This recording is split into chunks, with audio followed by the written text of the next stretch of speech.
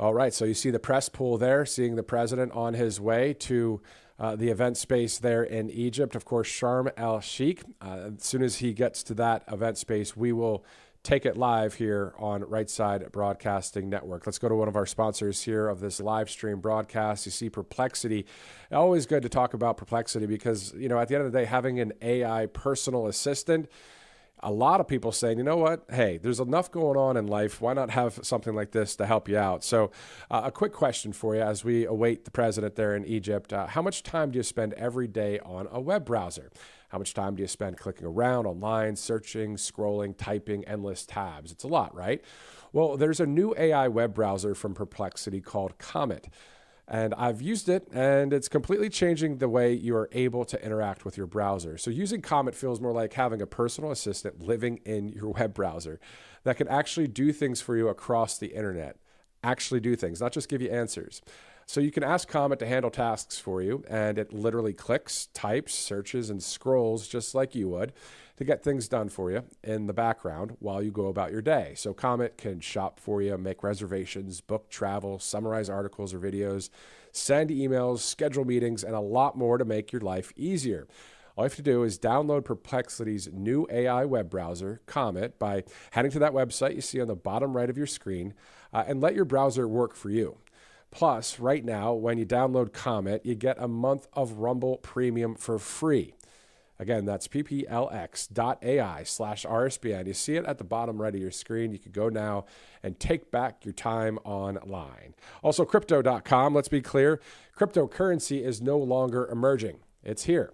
And this latest move cements that reality in a big way. Trump Media just inked a massive $6.4 billion deal with Yorkville Acquisition Corp. and Crypto.com. It's the crypto platform trusted by millions of users worldwide. They're teaming up to scoop up the $6.4 billion in CRO. It's the powerhouse token that fuels fast, low-fee DeFi, which means decentralized finance, staking rewards, and real-world perks like cashback on your spends. This is all to establish America's first CRO treasury, Trump Media Group CRO strategy. So when it's done, this new company will be the biggest publicly traded CRO holder out there. And if you want in on the action, all you have to do is head to crypto.com today and let's make crypto great again. So to buy CRO, all you have to do is visit crypto.com today. Also, All Family Pharmacy, all of these great sponsors bringing us this live coverage today. Every time and every year, it's the same story. Someone in the family starts coughing. You think it's just a little cold, and then suddenly half the house is sick. And this year, we're already seeing it. Flu cases are climbing fast right now. And yes, unfortunately, that word COVID, I don't like using that word, COVID. It's creeping back too. But the problem is when everyone starts getting sick at once, pharmacies and clinics, they get slammed. You can't find what you actually need, and that's why it pays to be prepared before it hits your home. If you're the kind of person who likes to plan ahead and keep your family protected, All Family Pharmacy is here to help. You can order what you and your family might need in advance so it's ready when you need it most. They have antibiotics to have on hand for bacterial infections, Tamiflu for the flu, ivermectin for parasites, and other off-label uses. They also have hydroxychloroquine as well. There are more than 200 medications to choose from, and every order is reviewed by a licensed doctor and ships right to your door. No insurance or extra appointments are needed. You don't have to wait. allfamilypharmacy.com/RSBN and get that 10% off using that RSBN 10 promo code. As we're looking live now, 20 minutes to the top of the hour. It is Monday, October 13th. Egyptian time, Israeli time, Middle East time is 7 hours ahead of East Coast time. So looking forward to seeing the President of the United States. Of course, he just landed in Egypt. If you're just joining us, this is RSBN Live. I'm Matthew Alvarez, and we're going to see the President here once again. I mean, we've been live since 8 this morning, and we saw the moments ago replay. I mean, he was still live when we were on the air, but we started the speech in its entirety. So you could see the Knesset speech at the Israeli parliament there in its entirety at the beginning of this broadcast. If you'd like to replay that at the end of the broadcast. And then, of course, we've seen the president speak to the reporters yesterday on the way to Israel on Air Force One. So just a lot of coverage today, a lot going on in the 24/7 news cycle. Again, monitoring a lot of things too. I mean, on stateside, it's Happy Columbus Day, right? It's also the 250th birthday for the United States Navy. We're also entering our 12th day of the Democrat shutdown. But all of that, big news. And also today, of course, in the Middle East, this Egypt peace ceremony and signing we'll have for you in its entirety. So thanks again for joining us here on Right Side Broadcasting Network. Let's go to one of the videos from the Department of Homeland Security in the meantime. A video we played about 45 minutes ago, but still something good to play because it's a real update from the Department of Homeland Security as we await the president. Let's take a look. Micah Bach, Deputy Assistant Secretary at the Department of Homeland Security. In the days following the Democrats' shutdown of our government, our officers have surged forward with clarity of purpose to detain and deport record numbers of criminal illegal aliens across this nation. In Washington, as left-wing politicians choose to sit back in their posh, taxpayer-funded offices, our officers are on the ground, often without pay, working hand in hand with the American people to throw back an invasion force of criminal illegals, Antifa terrorists, anarchists, and thugs. Never before in American history have our political leaders so aggressively chosen to side with criminals, terrorists, and illegal aliens over their own citizens. Their intent is clear: America last. Our citizens last. Our communities last. Our children last.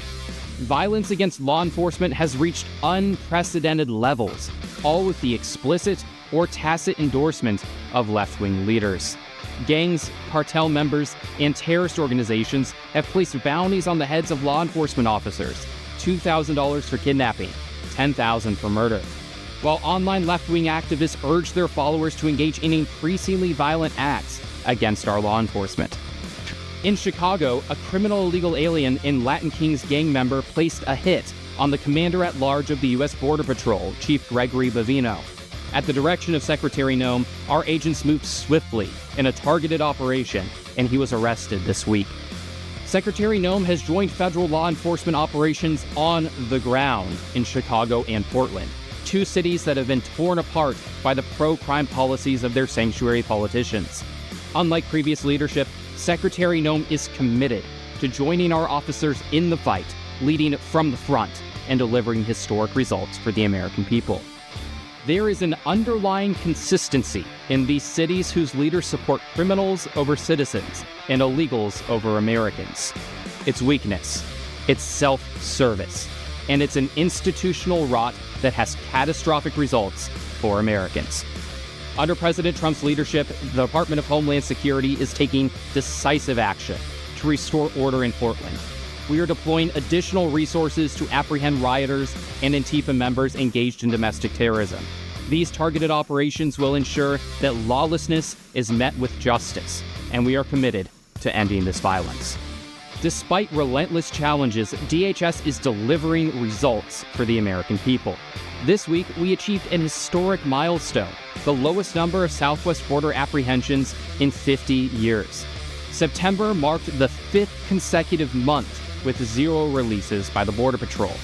Under the leadership of President Trump and Secretary Noem, DHS will continue to prioritize the safety and security of our nation. We will continue to stand alongside Americans and against anarchy. We are in the fight, not just for us, but for our children, our communities, and our country.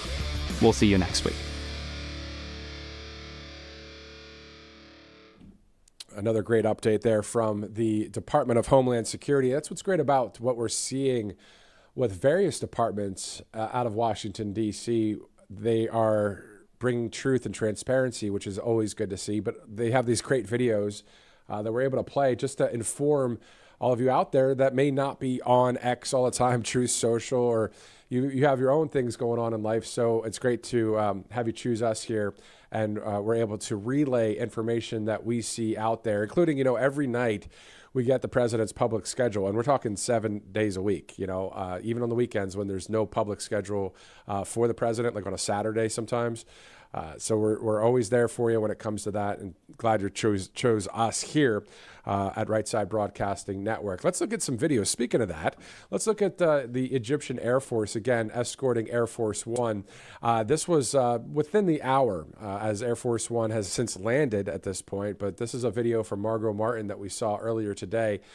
Just showing that escort. Again, this is something that happened last time Air Force One was traveling to various Middle East countries, if you remember just a few months back. There's just been a lot of live event coverage, if you think about it. I mean, January 2025, and we're now into the 10th month of the year, October, but there's just been a lot going on each and every day, whether it's a press briefing at the White House, whether it's President Trump making an announcement or signing an executive order or traveling to the Middle East. I mean, there's just a lot going on. But one thing that we won't ever lose focus of is the common sense policies that got us here in the first place. We voted for President Trump for winning and for the Constitution and for saving America and making America great again. And so as we see foreign trips happen, part of the U.S. relations that need to happen, of course, but looking forward to seeing all of the wins across of our country, including saving our nation, not only for these 3 years of the golden age, but into the future. It would be great to keep the Constitution as the law of the land. And some people might say, well, what are you talking about? It is the law of the land. Well, according to someone that was on True Social earlier, who said something in regards to what I posted yesterday. I said a common sense statement. I just said, thank God for the Constitution of the United States of America. Well, this person chimed back and said, I also thank God Almighty for each and every person willing to fight for our country. The U.S. Constitution is nothing if we're not willing to fight for our God-given rights and freedoms. So we know that we have to win through secure elections, and also the issue that's been brought up a lot, of course, is the indictments when it comes to James Comey and others. So there's a laundry list of people that it looks as if with the evidence and receipts out there that still need to be prosecuted. It's called keeping people accountable and saving our country. And President Trump spoke about obliterating the deep state, dismantling globalists. So we are monitoring all of those developments as we are live right now here at Right Side Broadcasting Network. Again, all about we the people and moving forward as a country together. Let's go to a couple sponsors here as we are awaiting President Trump. We've been live since 8 this morning, 7 Central, and of course 5 on the West Coast as we await President Trump. You see one of the great sponsors there, Monetary Gold. 2 banks have already failed in 2025. And with $37 trillion in national debt, Monetary Gold says more failures are on the way. And it's not fear-mongering, it's reality. The banking system is built on quicksand, and every new failure threatens depositors, retirement accounts, and pensions. The government can't bail out everyone, and when confidence collapses, so does the system. So Monetary Gold tells us not to get trapped holding worthless paper. All you have to do is call that number you see on your screen, 888-617-7994, or go to rsbnforthegold.com and secure your wealth with real assets. Let's also go to mypillow.com, great sponsor here at Right Side Broadcasting Network. mypillow.com/RSBN. There's more than 2,000 products that you can choose from there. And if you're like me and my family, we have a number of the products, but I also want to get some upgrades. I want to get some new slippers and all that. So just go to mypillow.com/RSBN if you'd like to do the same. The great Mike Lindell doing great things for our country. Let's go to a chance if you'd like to donate to Right Side Broadcasting Network. All of the lights, camera, action, all the things you see from overseas and all of the coverage you have inside the Beltway and outside the Beltway of Washington, D.C. all costs dollars. And, of course, it's a free service that we have right now for you. You can watch it without paying $1. But if you'd like to donate and kind of invest indirectly into conservative media, you can do that with RSBN. So just text RSBN to 801-801 and go to RSBN Network or rsbnetwork.com/donate for more information. All right, so we're about 9 minutes from the top of the hour. Let's take a quick commercial break. We'll be right back here on RSBN Live. Welcome to Right Side Broadcasting Network. your trusted conservative news outlet. At RSBN, we deliver the truth when the mainstream media falls short. Since 2015, we've proudly broadcasted every single one of President Trump's iconic MAGA rallies, bringing you the excitement and energy live before anyone else. By watching RSBN, you get an unfiltered front row view of the action on the ground. We interview the crowds to give a voice to millions of Americans just like you. We show you President Trump's speeches in their entirety, free from interruptions and censorship. We cover the stories that matter to you with the integrity and passion you deserve. Thank you for choosing RSBN as your home for America First News. Together, we stand strong, united, and informed. So join us and be part of the right side of history.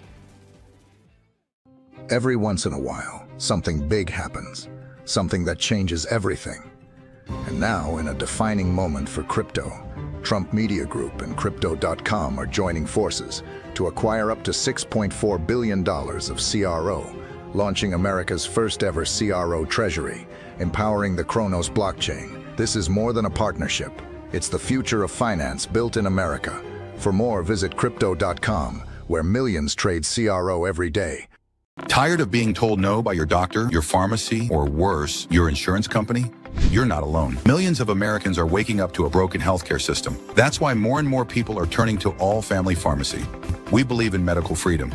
We deliver the prescription and the medication, all from licensed U.S. doctors and pharmacists, from ivermectin and trusted antibiotics to maintenance medications, even NAD+, the revolutionary anti-aging supplement. Use code RSBN10 at checkout for 10%. Welcome back to Right Side Broadcasting Network. Looking live there, of course, in Egypt, as the president will be participating in a peace deal summit, a peace ceremony there, a signing, and then the president will also be speaking. So looking forward to those three things right here live on Right Side. And of course, if you're just joining us, he spoke at the Knesset, the Israel parliament, earlier this morning.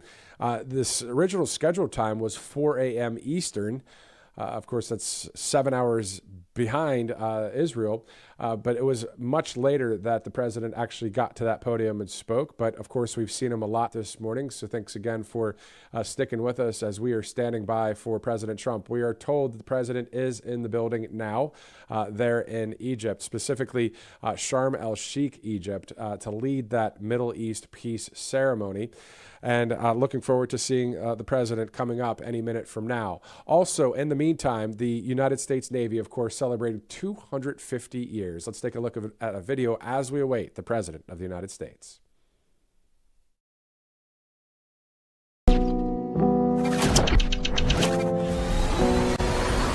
God bless the United States Navy.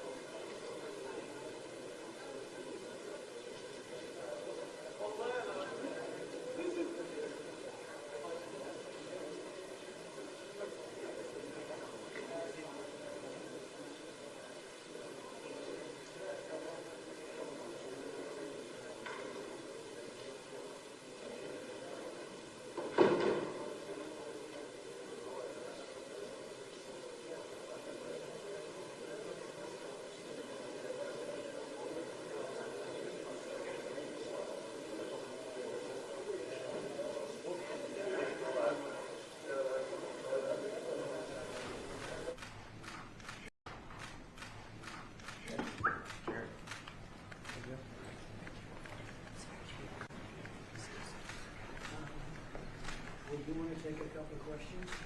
I don't care. Do you want to have a couple of questions? Because we're having an amazing period of time. like I think nobody's seen before. And we had tremendous stop, as you know, in Israel, and now we're in a country where a friend of mine is a very powerful leader, and my friend is right here, the president, also the general, you know. Sometimes usually I call him the general because he's both, and he's good at both. And they've done a fantastic job. And they have very little crime, you know, because they don't play games, that's why. They don't play games like we do in the United States with governors that have no idea what they're doing. But they don't have crime. I ask about crime and they almost don't even know what I'm talking about. So it's a great tribute to this man. He's done a fantastic job in bringing this country together, and the United States is with him all the way. Thank you. Okay, all the way, and it's an honor to be with you. Sir, what will Egypt's role play in the peace process here? He played a very important role, and they had a very important role with Hamas. In fact, the general was right here, was very instrumental because Hamas respects this country and they respect the leadership of Egypt. So you played a very important role. I appreciate it very much. Thank you. Thank you very much. President Trump, in Israel just now, you were talking about a possible Iran peace deal. You said, we are ready when you are. Yeah. Is that the ultimate goal with today's signing, to get enough? Not Iran, but I think Iran will come along. They've been battered and bruised, and you know they need some help. They have big sanctions, as you know, tremendous sanctions. I'd love to take the sanctions off when they're ready to talk, but they can't really survive with those sanctions. Those sanctions are very tough. But at some point, they're going to say, we want the sanctions off. We're going to end up with peace. I think Iran is going to be fine. I know so many Iranian people. They're great people. They're smart, great people. Engineers, lawyers. I mean, they're academics. But they took a big hit. And frankly, if we didn't hit them with the nuclear, I don't think you would have been able to have this incredible, this deal, this once-in-a-lifetime deal. Nobody's ever seen anything like what's happening today. And countries have all come together, all different countries. Some liked each other, some didn't, most didn't. And they've all come together. Every country has come together. And by the way, Iran did put out a statement, you know, that they support this deal very wholeheartedly. So that was in itself something. But no, I think they want to, that's all I do in my life. I make deals. And they want to make a deal. Now that the living hostages have been returned, can you please tell us what the next steps are? Well, they're going and looking for bodies. It's a pretty gruesome task. And they know where numerous are, as you know. I guess 5 or 6 are in yet now. But they're looking for bodies. They know the areas, and they search parties out, and they're doing it in conjunction with Israel. And they're going to be finding quite a few of them. President Trump, can you tell us when phase 2 of the negotiations will begin? Well, it started. I mean, it started as far as we're concerned. Phase 2 has started. And, you know, the phases are all a little bit mixed in with each other. They're going to start cleaning up. You look at Gaza, and it needs a lot of cleanup. That's why when I talked in my speech, I talked about the debris. I used the word debris. That's debris times 10. So, but they're gonna really do a job. They have a lot of power. In another room, you have some of the wealthiest nations in the world. All leaders, the big leaders are here. The emirs and the kings and everybody, and it's a very interesting group. I guess we have like 35 countries, and that's only because they were the 35 that we invited. Everybody that we invited came. So there's a lot of respect. And I think you'll see some tremendous progress, both in the Middle East. This country is doing very well. It has good leadership. It's about leadership. And it's really nice when you say, how is your crime situation? And they don't even know what you're talking about. What do you mean crime? We don't have crime. Because if he has crime, he puts it out very quickly. Some people think that's not nice, but I think it's great. Because people don't want to be mugged and smashed, and they don't want to be stupid people. They have a place that is doing very well. We're very proud of him because we knew each other from the beginning. The first time I met, it was in a hotel, and I was going to meet him, and then Hillary Clinton was following me. Remember Hillary Clinton? And he liked me so much, he never even got to see Hillary. He saw her for about 2 seconds. But he didn't really want to waste a lot of time. He knew what was going to happen. But that was the first time we met, and we had a very good chemistry together. And it continues till today. So I want to thank you all very much. I appreciate the way you covered this really momentous, I've never seen anything like it. The level of love, the level of respect for what it is, and it's, you know, it's peace in the Middle East, and everybody said it's not possible to do, and it's going to happen, and it is happening as before your very eyes, and that's why it's become so fascinating. Marco, do you have anything to say? Egypt's been a phenomenal participant. I think both Steve and Jared will tell you the critical role they played, and they can tell you themselves. They hosted the talks here, and they're going to play a very important role now in the follow-up, the implementation of this, which is really, it's not simply about restoring Gaza, it is about transforming the region. So we have an incredible partner, a long alliance, very capable partner here, and a tremendous collection of leaders. This is clearly, in my mind, I think in the mind of everyone in this room, probably one of the most important days for world peace in 50 years. And that's not an exaggeration. Only 50? Maybe 100. Certainly since the end of World War II. Mr. Witkoff and Mr. Kushner, I'm curious, you played such an important role in the tactical negotiations here. What will your role be going forward as a lot more has to be brought to the table here? Oh, the minute we had inked the deal, Jared and I were already working on the implementation side of the deal. So we're dug in. We'll be here quite a bit. That's at the direction of the president. That's probably going to be one of the most important phases here. Jared is remarkable to work with. I talk about it all the time. And of course, we both love working for the president. So it's feels like a very honorable job. Mr. President, would you like to say something with the interpreter? Yes. اسمحوا لي في البداية أن أنا أرحب بفخامة الرئيس. أنا سعيد وكل شرف موجودة في شرم الشيخ مدينة السلام. يسمح لي فخامة الرئيس أن أنا اسمي واسم كل المصريين ويمكن حتى وكل محب السلام نرجو لك التحية الأخيرة والاحترام على تحقيق هذا الإنجاز الرائع والعظيم.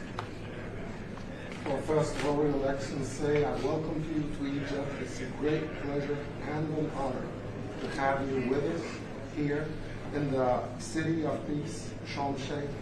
Allow me also to extend, on behalf of all Egyptians and peace lovers around the world, salute, the appreciation, and the respect for this unprecedented and momentous accomplishment by your hands. أنا كنت متأكد فخامة الرئيس أنا كان الوحيد القادر على تحقيق هذا الإنجاز وإنهائه. I've been very confident that Your Excellency is the only one who's capable of bringing this about and bringing an end to this war. وأنا في خلال اتصالي بفخامة الرئيس ذكرت له ذلك بدقة. قلت له فخامة الرئيس أنت وحدك القادر على تحقيق السلام في منطقتنا. I even said that very precisely during my communication with Your Excellency, that you are the only one who is able to bring about peace and to achieve peace in this part. بشكرك فخامة الرئيس. I thank you, Mr. President. ولكن عايزين نستكمل مسابقة إطلاق النار وفق بصراحة كل الرهائن وحتى يعني للأسف الجثث المتبقية في أسرع وقت عشان تسلم إلى ذويهم في إسرائيل ثم إدخال المساعدات ونستكمل باقي المراحل. And what we need to do now is to fixate the ceasefire, make sure that it maintains and sustains, that we can deliver all of the remaining, the bodies of the deceased to their families, and this is very important, to bring in more humanitarian assistance into the Strip, and working very closely on following up the rest of the steps that should be taken to make this successful. Mr. President, you did very great. Thank you. That's very nice. Thank you. He's a good man. He's He's a good man. We're with him all the way. Will he be on the Board of Peace, sir? I'd like to have him on the board. I'd like to. We may need an interpreter, but that's okay. As long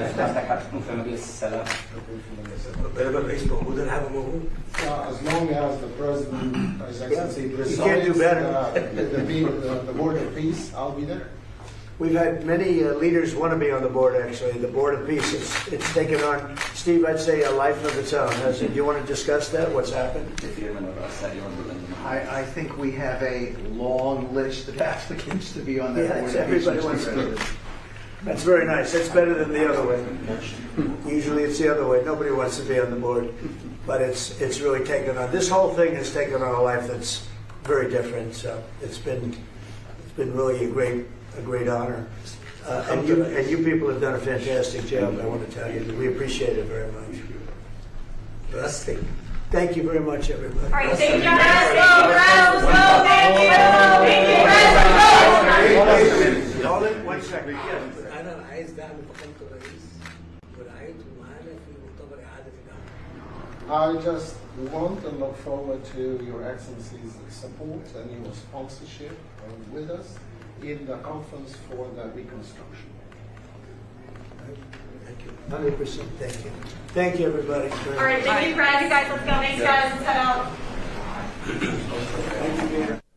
All right, if you've grown accustomed to watching Right Side Broadcasting Network, you always see towards the end there, whether it's at the Oval Office, whether it's overseas in Egypt, just the whole process of all the press in the room and getting the press out of there, because next up for President Trump, he'll be speaking in Egypt there in front of the world, and also taking part in this peace ceremony and signing. So looking forward to watching that with you here on Right Side Broadcasting Network.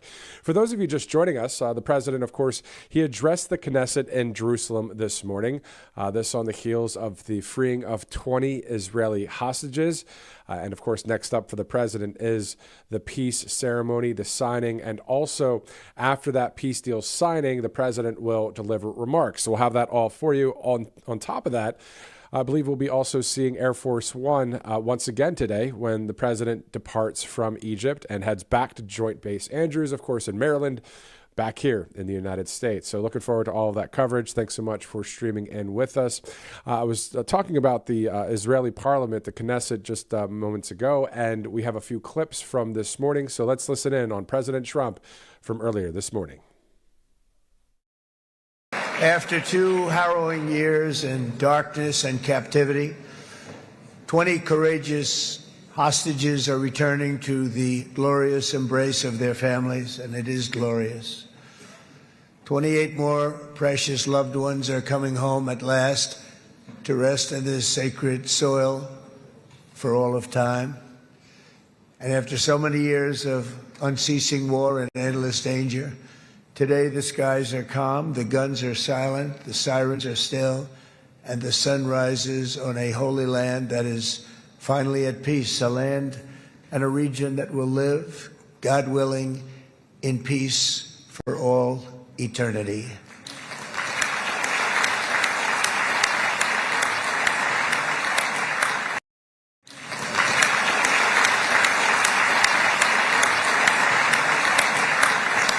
This is not only the end of a war, this is the end of an age of terror and death, and the beginning of the age of faith and hope and of God.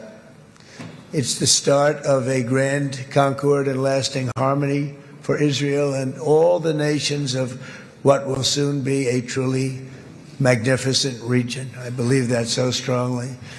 This is the historic dawn of a new Middle East. And of course, the president earlier today at the Israeli parliament, the Knesset in Jerusalem, speaking for about an hour. If you missed any of that speech, you can actually watch all of that after this broadcast here. You can always replay all of the footage on Right Side Broadcasting Network, and always good to have that opportunity, whether you're watching on Rumble or YouTube. So many great places to watch, of course.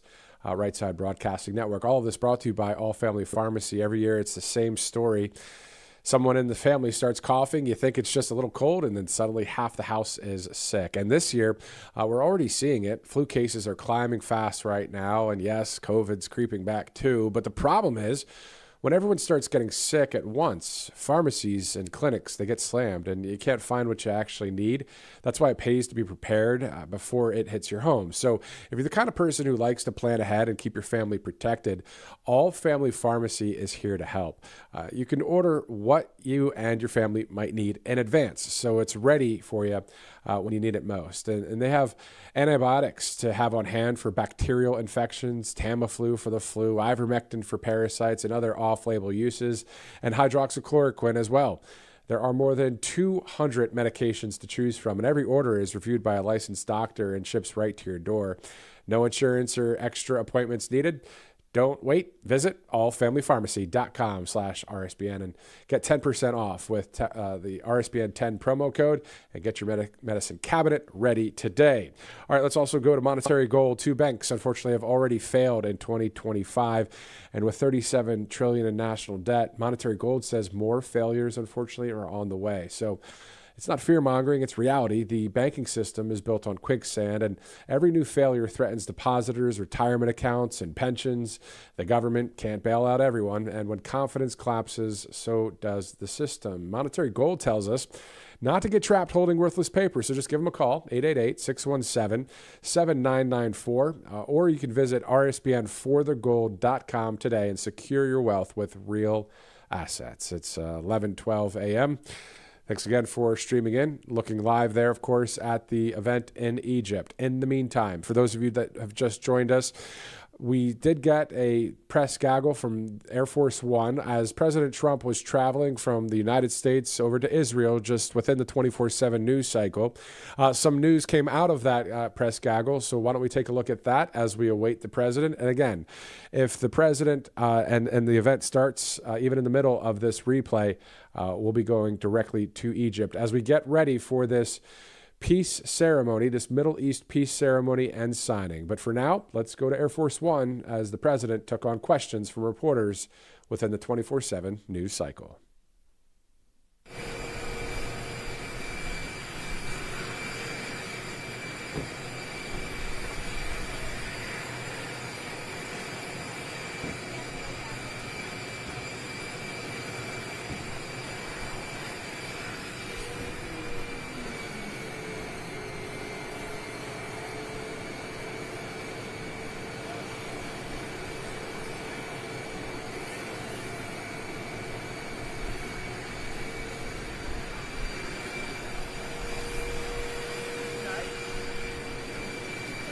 My friends, this is going to be a good one.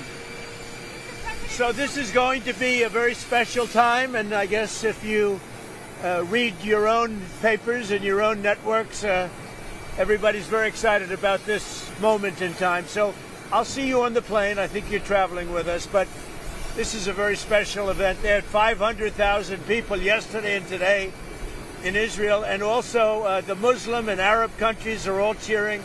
Everybody's cheering at one time. That's never happened before. Usually if you have one cheering, the other isn't. The other is the opposite. This is the first time everybody is amazed and they're thrilled, and it's an honor to be involved. And we're going to have an amazing time, and it's going to be something that's never happened before. So I'll see you on the plane, and we're going to have a good time. Okay, Peter? Nice to see you. Thank you, everybody. See you in a little while.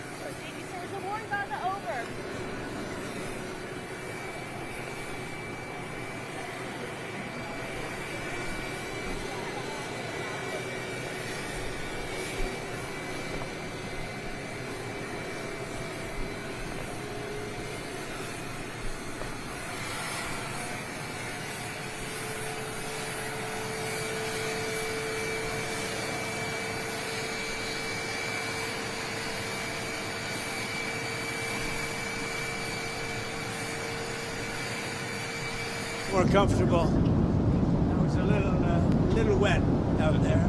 Hello. Hello, sir. Go ahead. So, President Trump, what's harder, peace in the Middle East or ending a government shutdown? Well, I think the hardest is this. This has been going on for 3,000 years. The shutdown's only been for 10 days.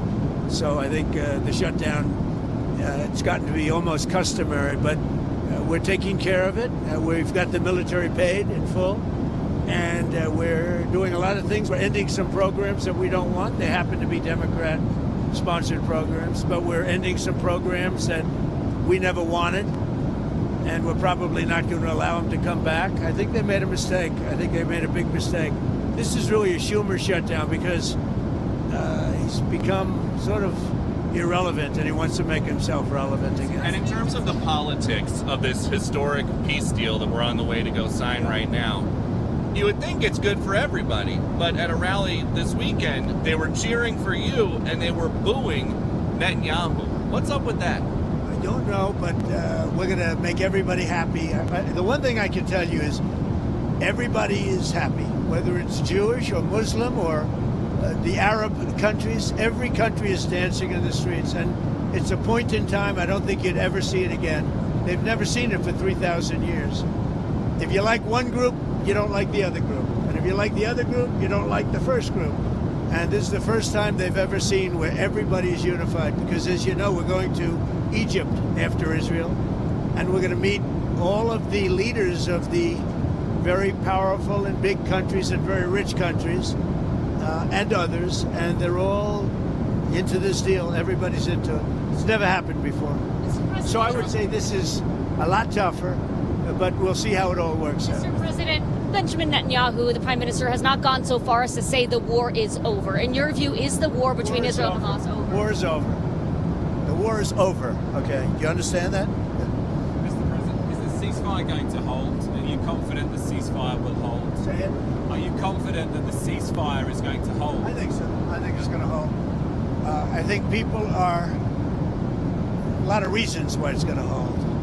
But I think people are tired of it. It's been centuries, okay? Not just recent, it's been centuries. I think people are tired of it. Yeah, the ceasefire is going to hold, and we'll see where it holds. Mr. President, what will Gaza look like a year from now? The International Stabilization Force, that's part of a good, strong force. When will that go? I don't think it's going to have a big impact, because I think barely we're going to have to use it. I think people are going to behave. Everybody knows their place. It's going to be great for everybody. It's going to be great for the surrounding countries, Arab, Muslim, all of them. It's going to be great for Israel. Everybody is happy, and I think it's going to stay that way. Peter? And if the ceasefire does hold, how long until we get to the part of the 20-point peace plan where developers can go in and make Gaza the Riviera of the Middle East? Well, I don't know about the Riviera for a while, because you take a look at what you have. You have to get people taken care of first, but it's going to start really essentially immediately. I mean, they're going to have to start by removing a lot of the structures that you see that are down to the ground. I mean, it's blasted. This is like a demolition site. Almost the entire site is. So you have to get rid of what you have there. You have structures that are very dangerous. They're falling down. If they haven't fallen, they're going to fall down of their own volition. So that process, Peter, is going to start pretty much immediately in that way. Like a year from now, in your view? Well, a year, that's very quick. But over the years, it'll look very good. It'll be, it's got the first chance it's had in centuries of being peaceful. It's always been a very, very strange area. It's always been loaded up with problems, religious problems, problems like no other place probably in the world. And I think it's going to now, it's going to normalize. All you can say, if it normalizes, that would be fantastic. The structure, sir, that you have set up in that peace plan, how soon will that new governing body be in place? Very quickly. And everybody wants to be a part of it. You're talking about the Board of Peace? Right. Tony Blair, yourself. Everybody wants to be a part of it. I've had calls from all of the leaders of countries. They all want to be a part. I mean, the leaders themselves, they're not going to send somebody. They want to be a part of it. Do you know who's going to be a part of it yet? I do. Can you share? No, not yet. Have you spoken to Tony Blair about it since the... You better take your ear things out.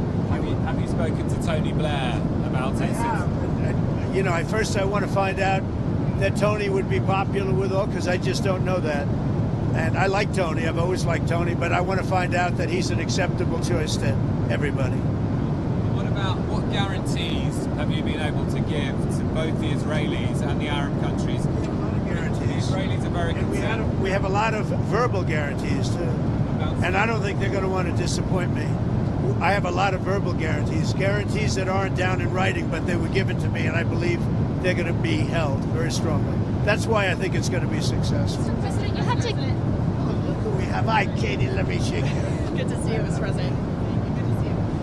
I'm sure you've seen reports of Hamas rearming, instituting themselves as a Palestinian police force, shooting rivals. What is your message to Hamas? We are standing because they do want to stop the problems, and they've been open about it, and we gave them approval for a period of time. You have to understand, they've lost probably 60,000 people. That's a lot of retribution. They've lost 60,000 people, and the ones that are living right now were, in many cases, very young when this all started. And we are having them watch that there's not going to be big crime or some of the problems that you have when you have areas like this that have been literally demolished. You know, you have 2 million people, and probably it'll be less than that, but you have close to 2 million people going back to buildings that have been demolished. And a lot of bad things can happen. So we want it to be safe. I think it's going to be fine. Mr. President, who knows for sure, Katie, but I think it's going to be fine. Mr. President. Yes. Hi. What is the latest that you've heard about hostages, when they will be released? Do you expect to meet with Well, I any hear of the them? hostages might be even a little early, but I don't want to say that. So they have the hostages. I understand all 20, and we may get them out a little bit early. Getting them was amazing, actually, because we were involved, and they were in places that you don't want to know about. Deep. Some of the top Biden administration folks who were there, like Antony Blinken, seem to want some credit for the peace deal. Blinken says it's good that President Trump adopted and built on the plan that the Biden administration developed. What do you think about that? Everybody knows it's a joke. Look, they did such a bad job. This should have never happened. This wouldn't have even happened. That was weak leadership, terrible. And the same thing with Russia, Ukraine. If just a decent president, not a great president like me, not a great president. If a decent president was in, you wouldn't have had the Russia-Ukraine. And this is, I would say, even more so. This was bad policy by Biden and by Obama. Remember when Bibi came and he begged that you not do what they were doing with Iran? You remember that, right? Begged them. And they wouldn't even listen to him. Everything they did was the opposite what you should have done. And it's nice that they try and take a little credit. That was years ago, and the mistakes were made years ago, and it was both by Biden and Obama. And so what did you do so differently? Because I know a lot of it was behind the scenes. So what did you do so much differently than Joe Biden and to end the war? I resonated with the Arab leaders, the Muslim leaders, and the Jewish leaders. For whatever reason, you tell me why. You know, he said that in my first news conference, I answered more questions of him than Biden did in 4 years. And I think that's pretty close to being true. Now, there were no Pinocchios in the fact check. None. That's right. Your relationship with Prime Minister Netanyahu has been through some ups and downs. You had to get a little tough on him. Where is that relationship now, and can you tell us about it? It's very good. He just put me up for the Nobel Prize. So, you know, I don't know what it means with the Nobel Prize, but he put me up yesterday for the Nobel Prize that I should get it.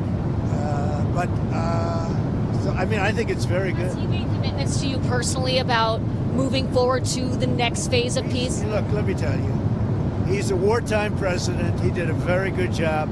I had some disputes with him, and they were quickly settled. I can tell you that. But as far as I'm concerned, I think he's done a great job. I think he was the right person at this time. You know, look, it's been this way for centuries. You know, we're not talking about for 10 years, for 5. It's been this way for centuries. And he did a great job. And working with me, he was fantastic. Now, working with Biden, no good. They didn't get along, and they had the opposite, because Biden and Obama backed Iran. And just so when you talk about a thing like that, if you think they were backing Iran, when you back Iran, this wouldn't have worked. And had we not taken out the Iran nuclear facility and we made the same deal, it would have a really dark cloud over it, and you wouldn't have people dancing in the streets, Katie. You would have people saying, oh, my, you're making a deal, but we have a guy over there with nuclear weapons all over the place. He's going to knock the hell out of us. If we didn't take out the Iran nuclear when we did, because in 2 months they would have had a nuclear weapon, this deal, even if it were done the exact same way, would have had a dark cloud over it. And now, there's no dark clouds. There's nobody they have to worry about. Katie? Have you talked to the Qataris about their changing behavior in your first term? You talked about how they were funding terrorism. The Qataris, What are they doing differently in your eyes to make sure they're not funding? Really helped us with this deal. And the Emir is an amazing man who really helped us. You have to understand, his country is right in the middle of everything, more so than any other country, more so than UAE, where you have to fly an hour and a half to get there, more so than Saudi Arabia, where you have to fly an hour and a half to get there. His country, you walk across a line and you're there. So he's in the middle of this unbelievable hostile territory with people on all different sides of the, of the opinion and the question. They were a tremendous help. Qatar was a tremendous help to getting this done. I hope people can realize that. Mr. President, And it was very tough and very dangerous for Qatar. They were very brave, and their leader, the Emir, was very, very brave. And Qatar should start getting some credit. And you have to understand, they lived in the middle of everything. So they can't just be like, you couldn't do it, I could. Nobody could do it. You say what? Have they changed their behavior from 2017 when you accused them of funding terrorism? I don't know. In 2017, I didn't really know them very well. 2017, that was at the very beginning of my term. As I got to know them, I got to understand them, and I got to realize that they are right in the middle of everything. Other countries are there, but they're an hour and a half away. A big difference. They're literally, you walk over from Iran to Qatar. You can walk it in 1 second. You go boom, boom, and now you're in Qatar. That's tough territory. I think Qatar was amazing the way they helped us. Mr. President, another world leader. There was a ceasefire that collapsed in March this year. There was a ceasefire earlier this year that collapsed in March. Do you think this could have been done then? This took a lot of pressure on both sides. But do you have any regrets? I see it, and I see it with Russia too. Sometimes you have to go through some pain before it all happens. I saw it with Turkey, and by the way, Turkey was fantastic too. President Erdogan was fantastic. He really helped a lot because he's very respected. He's got a very powerful nation. He's got a very, very powerful military, and he helped a lot, President Erdogan. UAE was great. We mentioned Qatar, Saudi Arabia, the king, they were great. Indonesia was great. We had tremendous help. Jordan, the king, they were great. This is an amazing thing. Countries very diverse countries, some got along, some didn't, but for the most part, nobody got along with anybody, and they all came together, and they're all dancing in the streets, just like Israel. It's a unique point in time. You were talking about the ceasefire. That wouldn't have had that held. That wouldn't have happened back then. Both of your elections, the biggest issues were the economy and immigration. Now you're getting credit from Democrats and Republicans for this Middle East peace deal. Where does it fit? Where do you think it fits into your legacy? Well, look, this will be my 8th war that I've solved. And I hear there's a war now going between Pakistan and Afghanistan. I said, I'll have to wait till I get back. I'm doing another one because I'm good at solving wars. I'm good at making peace. And it's an honor to do it. I saved millions of lives. Millions of lives. Now, in all fairness to the Nobel Committee, it was for 2024. And this was picked for 2024. But there are those that say you could make an exception because a lot of things happened during 25 that are done and complete and great. But I did this not for Nobel. I did this for I did this for saving lives. I mean, we've saved millions of lives. Think about India, Pakistan. Think about some of the wars that were going on for years. We had one going for 31, one going for 32, one going for 37 years, with millions of people being killed in every country.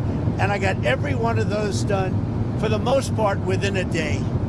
It's pretty good. One of the world leaders, sir, What do you think you can take from these negotiations and this peace process into Moscow and try to end the Russia-Ukraine war? I think what you can take is that never give up. Just never give up. You know, last week they killed over 7,000 soldiers, mostly soldiers, and a little bit more, frankly, Russian soldiers than Ukraine soldiers last week. But think of it, every week they're losing from 5,000 to 7,000 soldiers. It's ridiculous. And I thought that would be one of my easier ones. I mean, when you settle something that's been going on for 31 and 32 years, that's, in theory, a lot harder than setting, something that's been going on for 3 years. But this is a war going on for 3 years, should have never started. Frankly, I give Ukraine credit for doing so well. I mean, they're good fighters. They're very good fighters. I really think that President Putin would look great if he got this settled. And I think he's going to settle it, but we're going to see. And if he doesn't, it's not going to be good for him. It's not going to be good. China, you've been truthing about another world leader. You said not to worry about China, but he's been putting out some tough statements in regards to your tariffs, sir.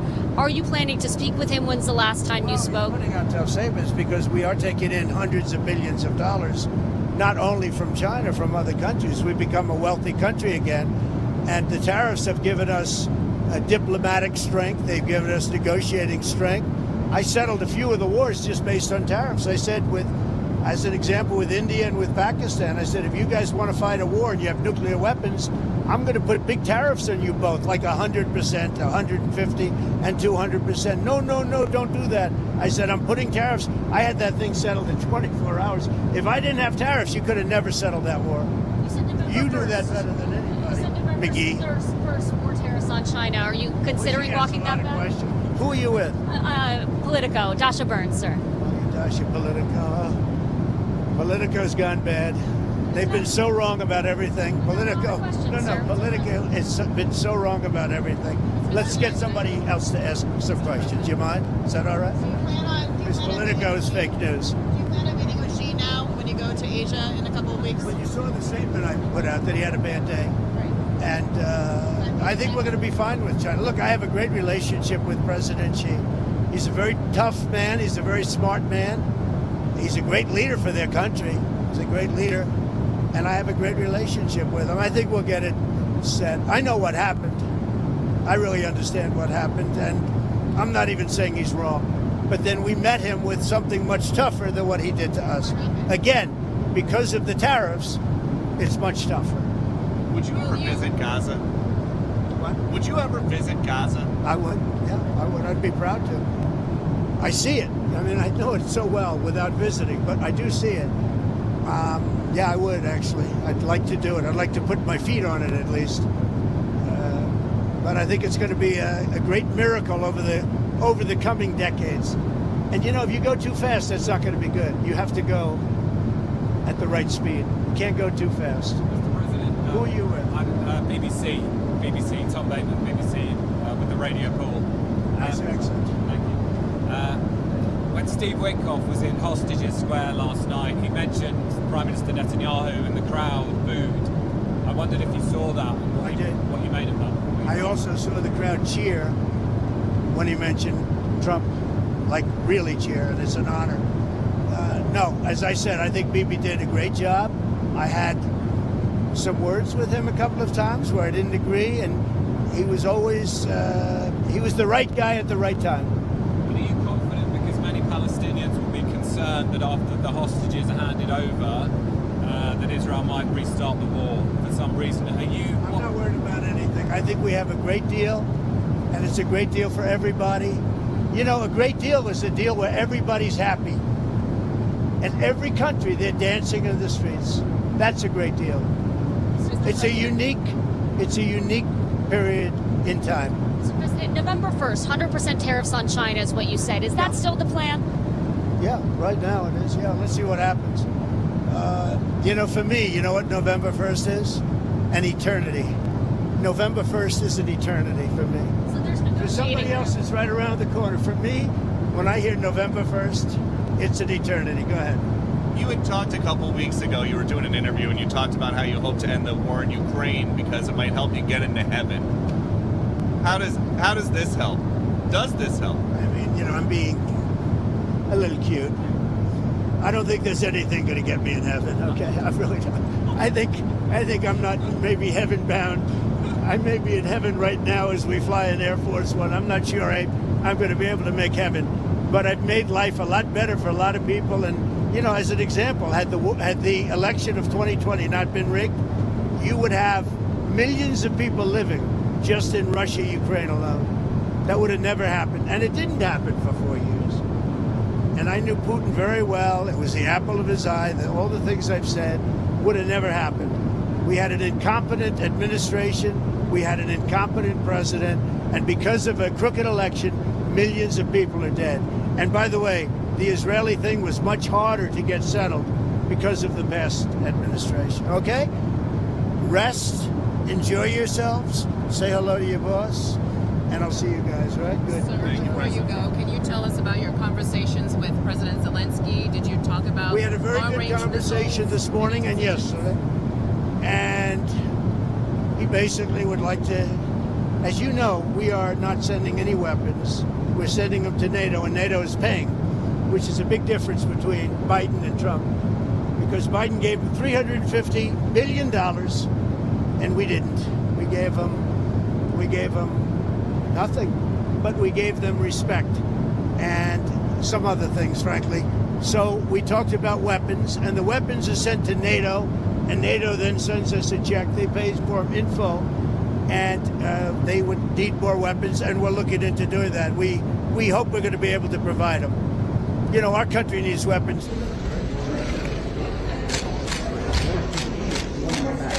Monica.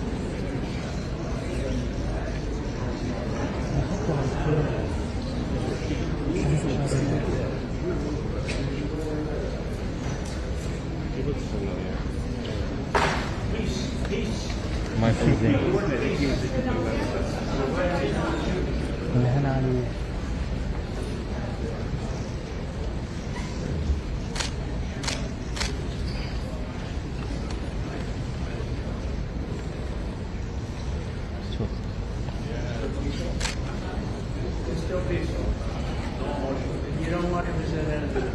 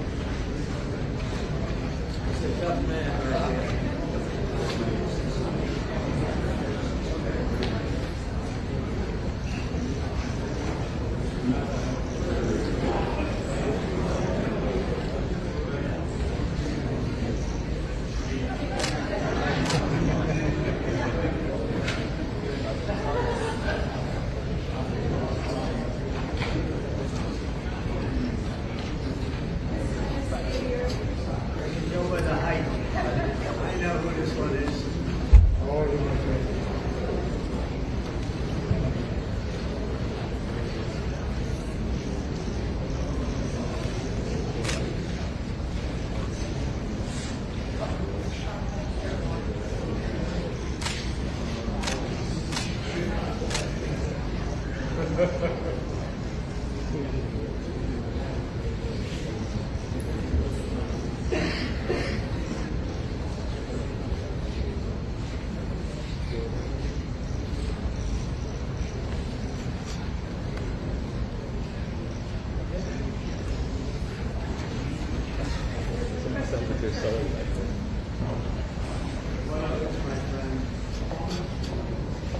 know how tough this man is, but I like him. I like him.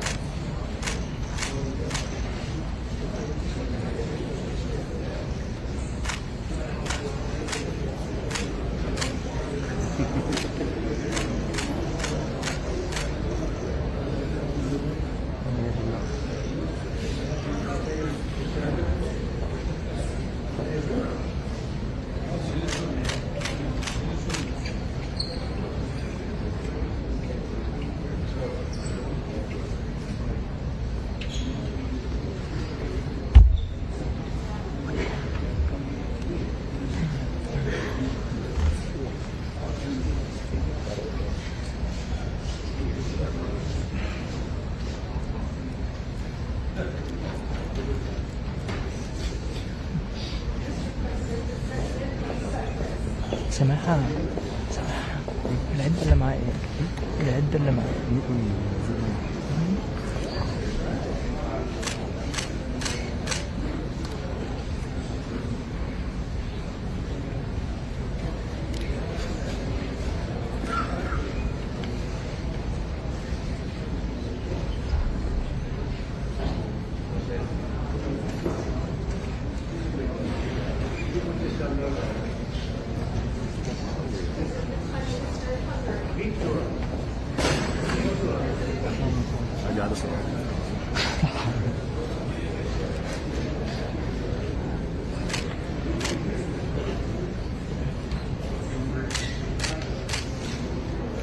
كده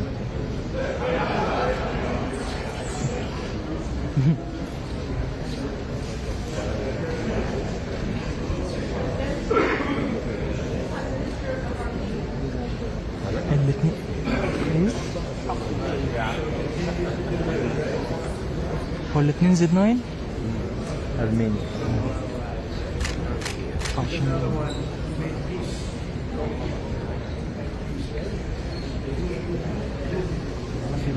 حدنا عليك تقريبا احنا بنستخدم رقم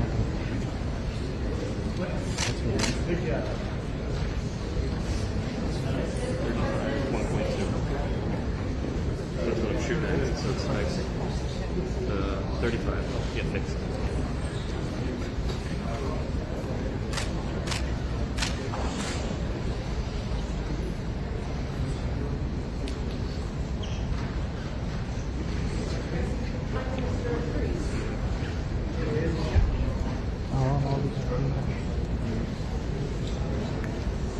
محمد مصطفى احنا في الصورة التذكارية ما تنسيش راجع دلوقتي.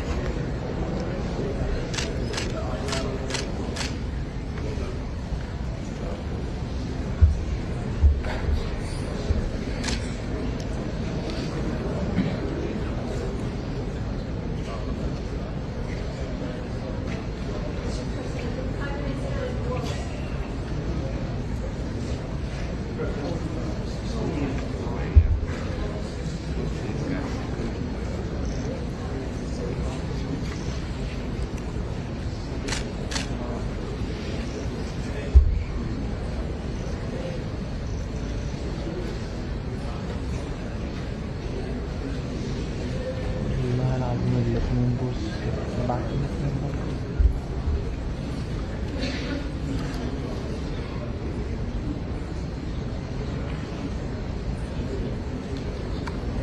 هو الفلاش ده ايه؟ الفلاش رابيدو؟ رابيدو مين اللي هو؟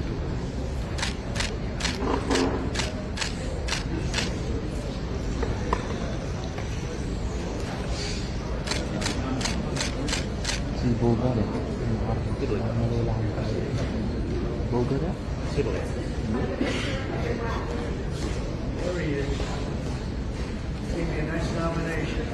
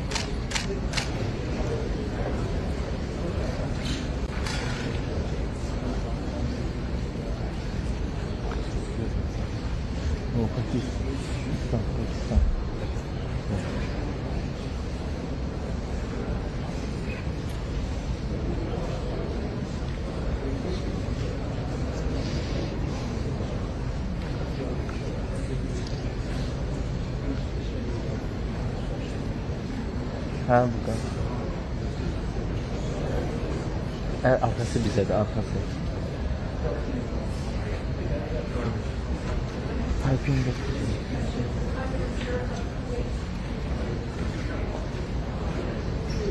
Azerbaycan mı? Değil. Baku? Değil.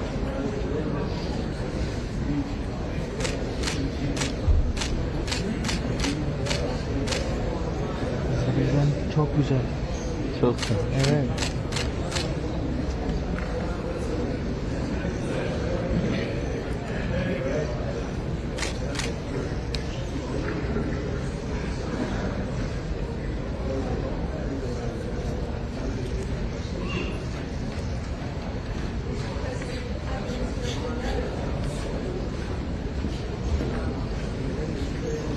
Resimler gönderiyor musunuz ona mı?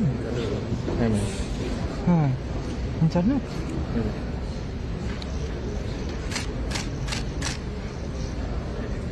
Telefon interneti mi? Evet.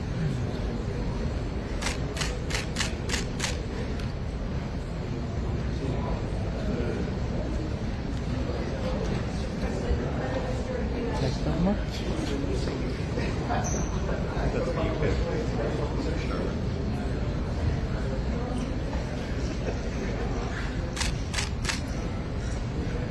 سماحة هو رابط الكاميرا على النتورك وبيبعت الصور على طول كلها دايركت. لا نتورك. الحتة اللي احنا فتحناها في الكاميرا هو مركب على لين بس.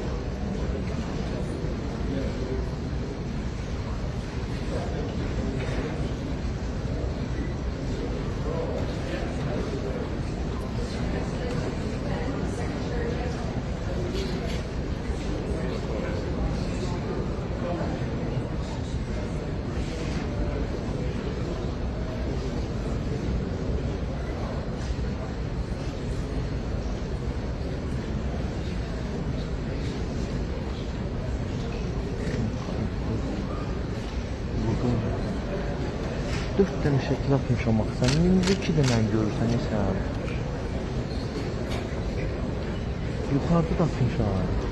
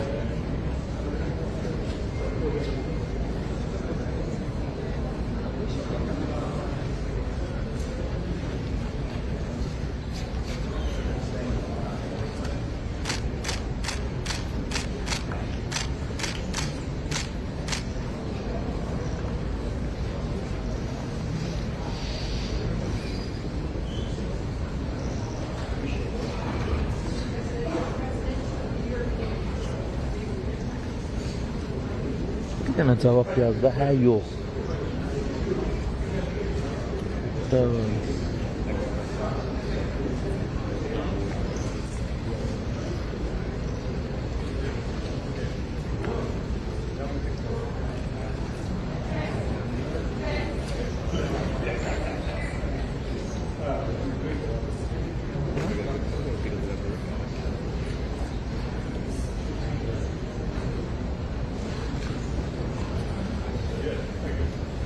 Daniel, is this the last one? Or no? Each has to go, yeah?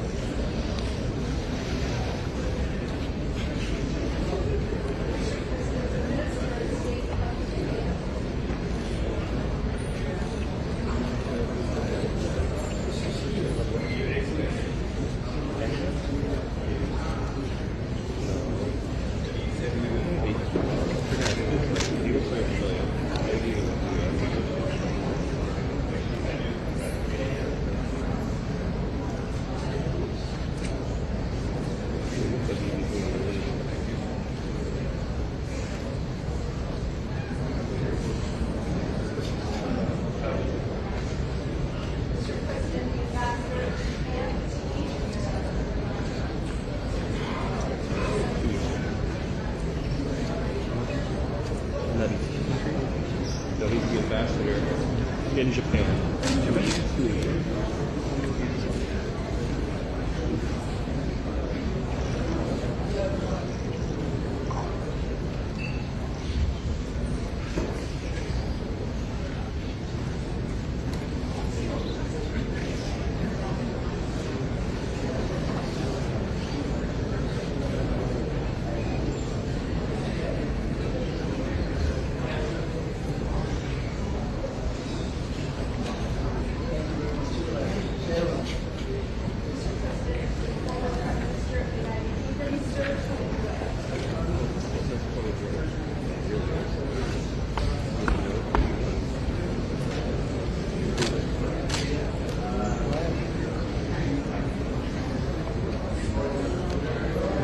We should have the FIFA back too. I don't think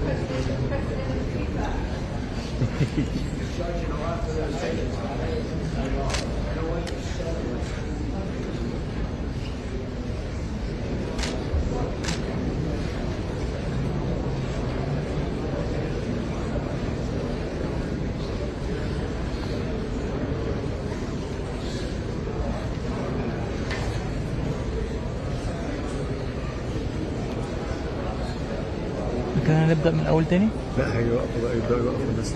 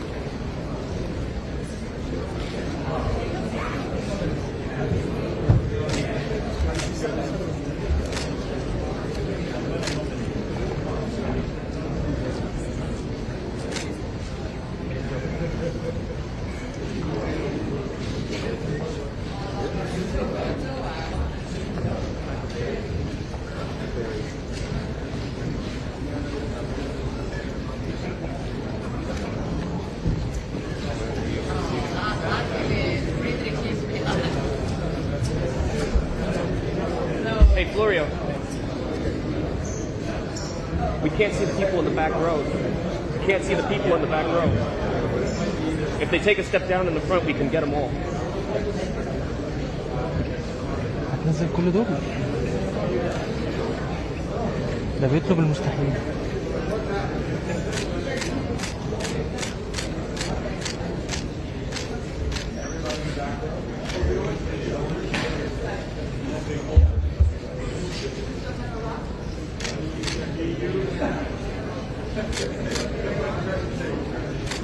كلهم شبك في البتاع والله.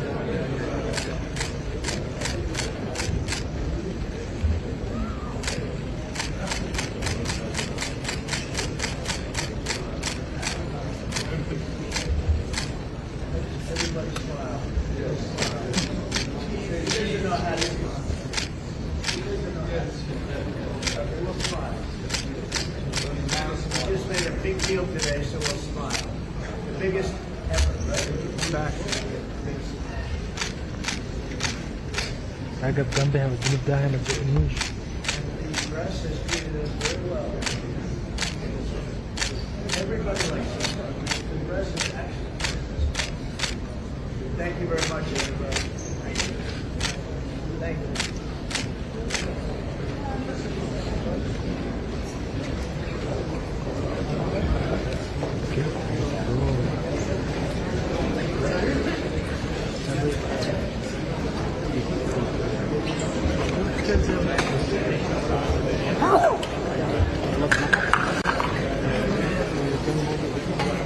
Daniel, happy Thanksgiving. Well, there you go. Live pictures from Egypt. President Trump taking photos with dozens and dozens of world leaders, including Viktor Orban of Hungary and many, many others. This is all taking place in Sharm el-Sheikh, Egypt, where it is now just after 7 p.m. local time, specifically 7:04 local time in Egypt. This is before the president leads a Middle East peace ceremony and signing. So, of course, the photo op with the world leaders. And then after the ceremony and signing, we're told that the president will be speaking and delivering remarks as well, most likely in that room right there. So a lot coverage to be had still this morning. For those of you that have joined us since 8 this morning, well, let's keep it on. It's 12:04 Eastern Time. Thanks again for live streaming in with us here on Right Side Broadcasting Network. Let's look at a video of just when President Trump arrived to Egypt and just all the pomp and circumstance that we saw there. So let's take a look at that video.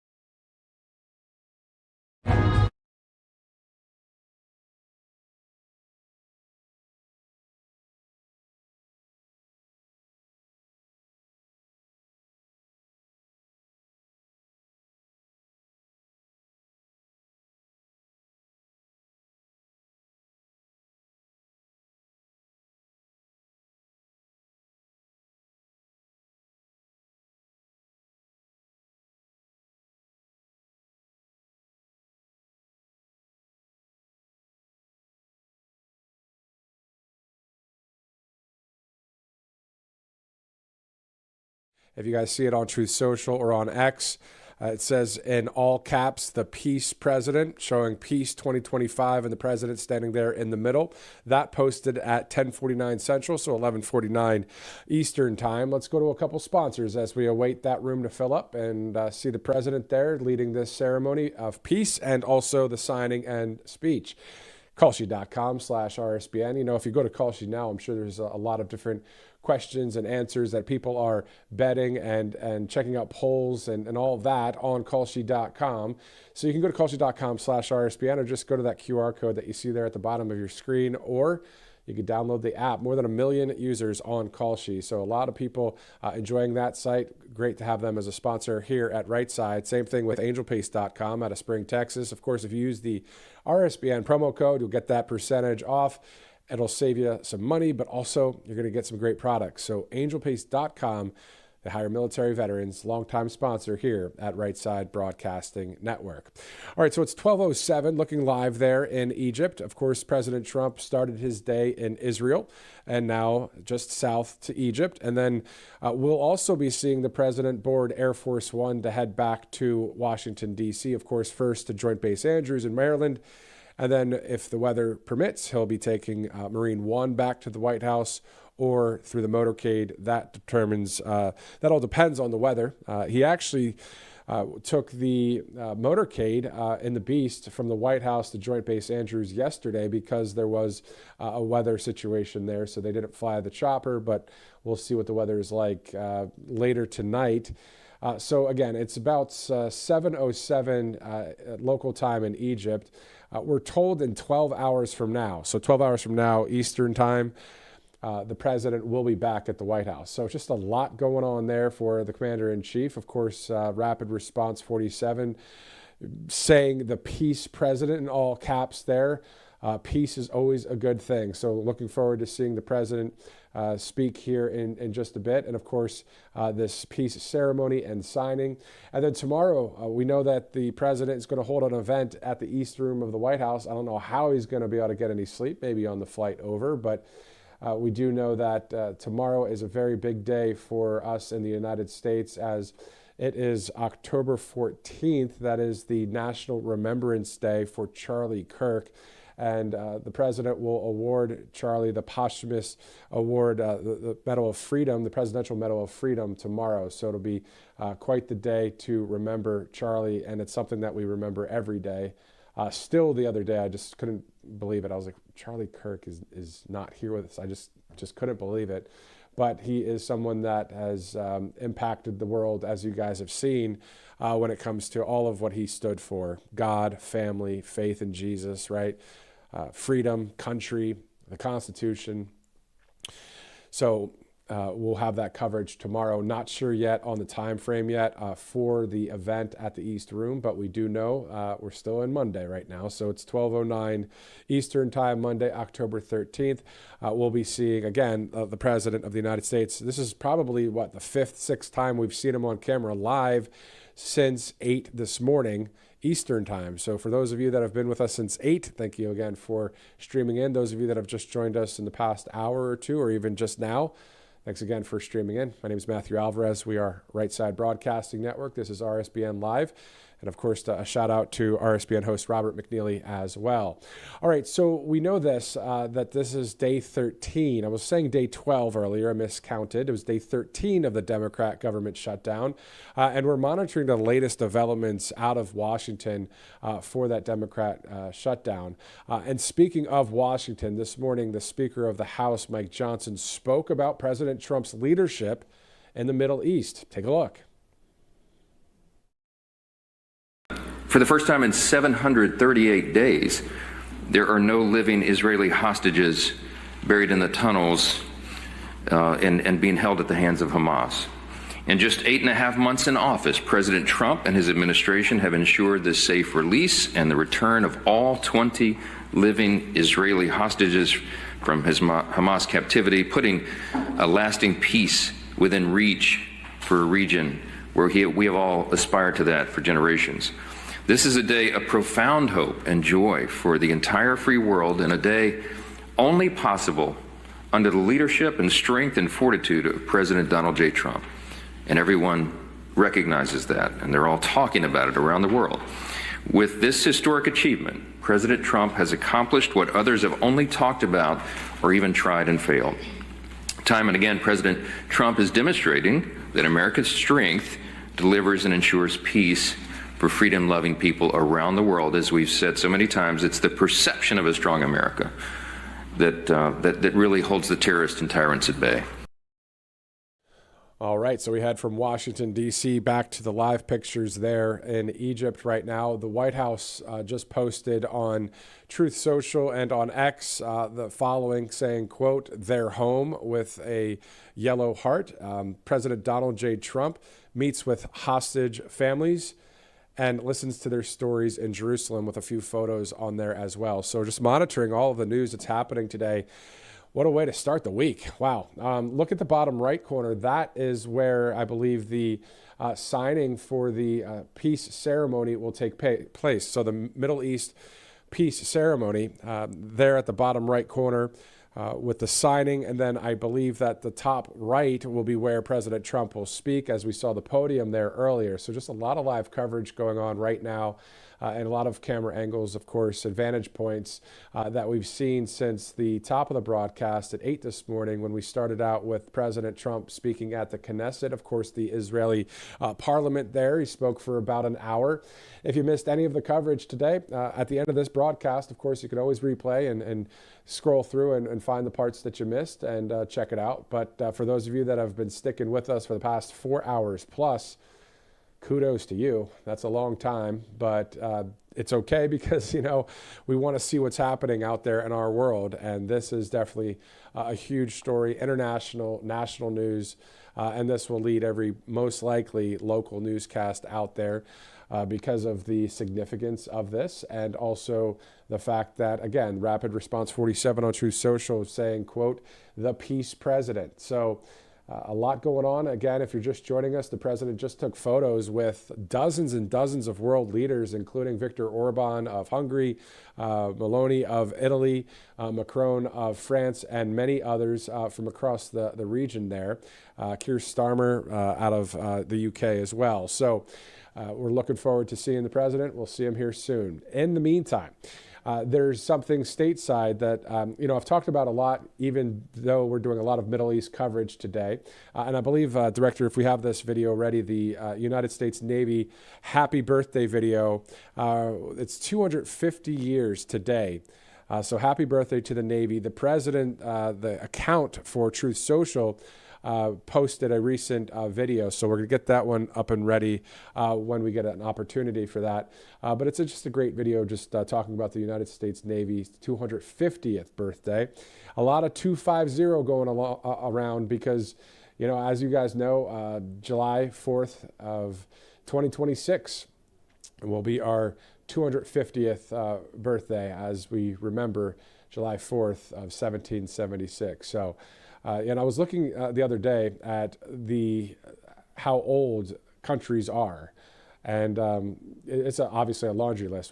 There's 200 some odd nations around the world, and for us to be 250 years young, we have many more to keep going. So in the meantime, as we await this ceremony there, we'll play on the split screen the U.S. Navy birthday celebration video that the president's team posted on Truth Social.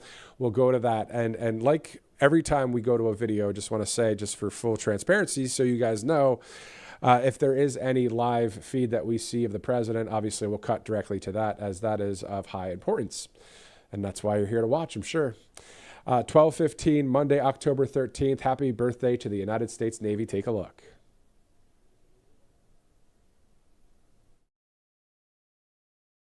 Philadelphia, 1775, 250 years ago. A new nation was born, and with it, a navy. A navy forged in the fight for independence, built from a handful of ships, and the determination of a people who refused to be denied their freedom. From John Paul Jones' defiant words, "I have not yet begun to fight," to David Farragut's legendary command, "Damn the torpedoes, full speed ahead," our sailors have met every challenge with courage and resolve. At Midway, they turned the tide of a world war. At Leyte Gulf, they fought the largest naval battle in history. In the waters off Korea, Vietnam, the Persian Gulf, and beyond, our Navy has carried America's resolve to every sea. Through those battles that shaped the course of history, the United States Navy has stood watch. We've sailed to the farthest corners of the globe, defended liberty in times of peace and war, and written our story in courage, sacrifice, and victory. Today, the Navy remains the shield of our nation, the foundry where sailors are forged, the fleet that stands ready on every horizon, and the fight, our promise that if challenged, America will win.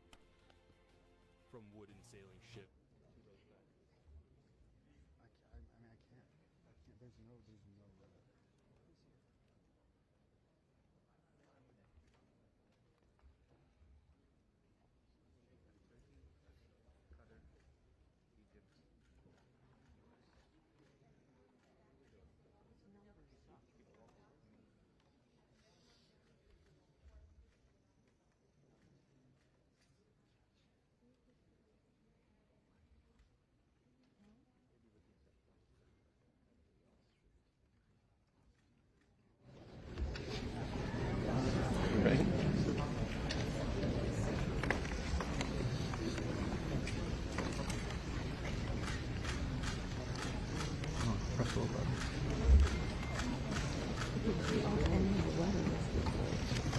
Whoop.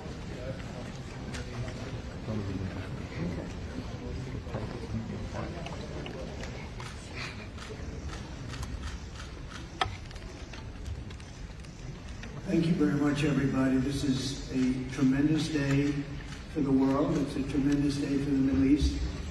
And you can see that this is probably the greatest assemblage of countries in terms of wealth and power maybe ever assembled. And it's just an honor to be a part of it.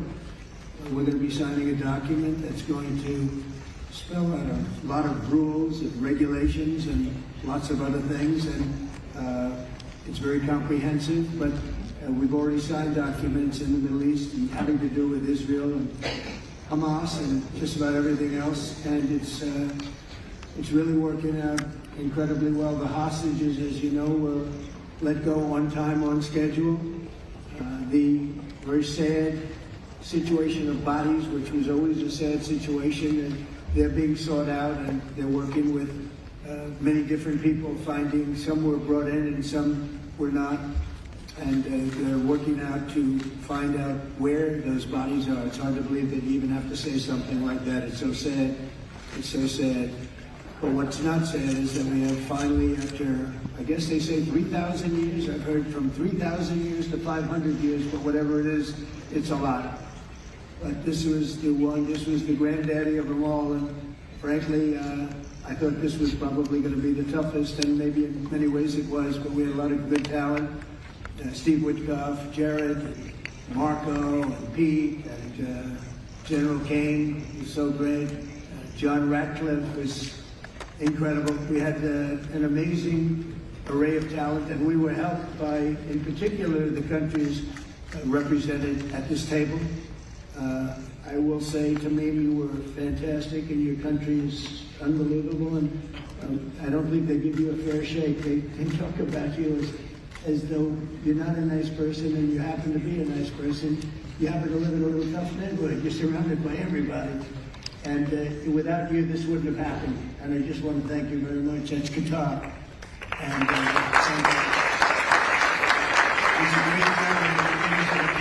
he's an amazing leader. And another man who's been a friend of mine for a long time, I don't know what it is. I like the tough people better than I like the soft, easy ones. I don't know what the hell that is. It's a personality problem, I suspect. But this gentleman from a place called Turkey has one of the most powerful armies actually in the world.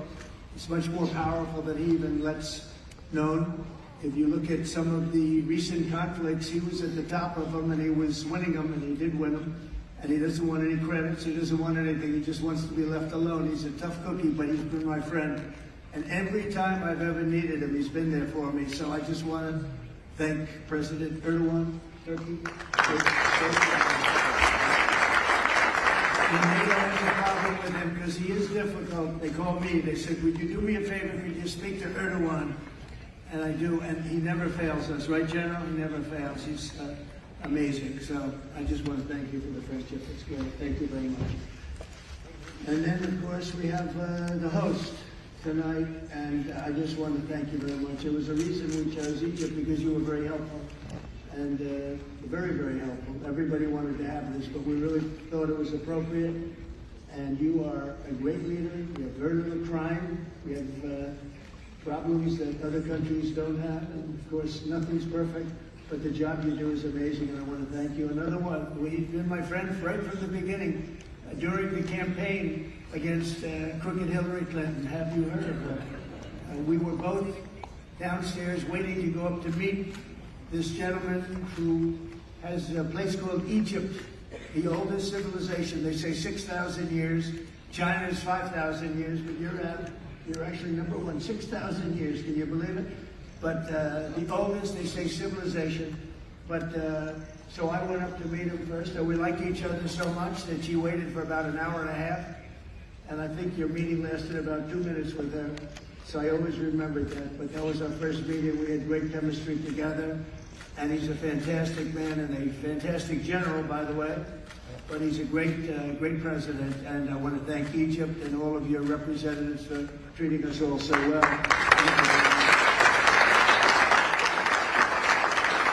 So we're really representative of a whole group of nations, and they're sitting behind us, and you know most of them. I can tell you this guy's got so much money. They all have so much money. There's more money and power sitting behind us. I love that they're behind us.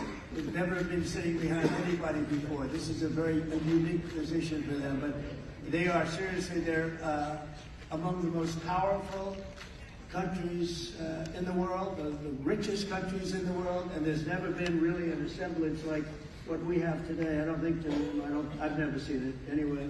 And I want to thank everybody for being with us. Man, I just solved the war for him. Azerbaijan. Oh, you guys doing a good job? Where did you come take it? Where is Darius? You guys are still getting along, right? We fought for 32 years, and in about 1 hour we settled it, right? And they like each other now, too. That's great. Well, I want to thank everybody for being here. Italy, she's a very strong ruler. She's doing a great job. You're doing a great job. Thank you very much. So many, but we're actually going to be making a speech after this, so this is just a very important signing, but we're doing a signing, then we're doing a speech. And then I may stay behind with the leaders just to talk about that, some things without the press. I want to thank the media for you've been so respectful on this deal. You know the importance of the deal, and I really, it was so pleasant to watch. I was on the plane for quite a while listening to the various newscasts, and they were all fair. They were talking about how incredible this is. This is an incredible day for the world, let alone the Middle East. So I just wanted to thank the media. They really treated it with respect. I wish you could be like that on other things, but that's perhaps too much to ask for. But on this, tremendous, everybody feels the same. Just tremendous respect, and we appreciate it very much. Can we get the documents, please? Okay. We'll sign right here. Okay.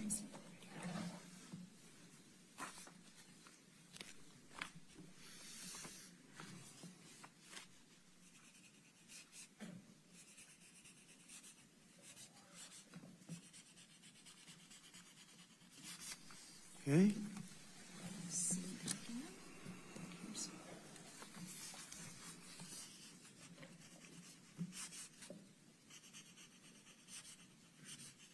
This took 3,000 years to get to this point. Can you believe it? And it's going to hold up, too. It's going to hold up. Okay, thank you. You can use my pen if you want. Have a pen? Want to use mine? Okay. Okay.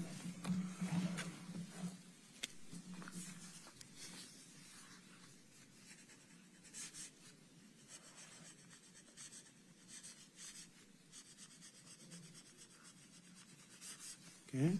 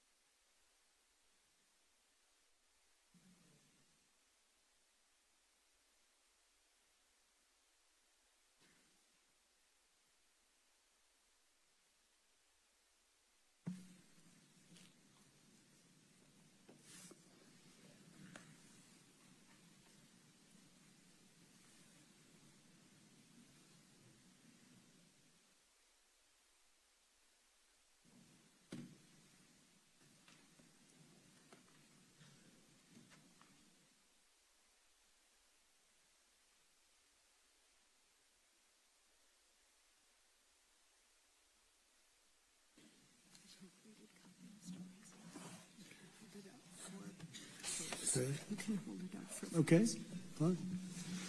I think we're going to hold it up. I don't hold up the signature page, yeah.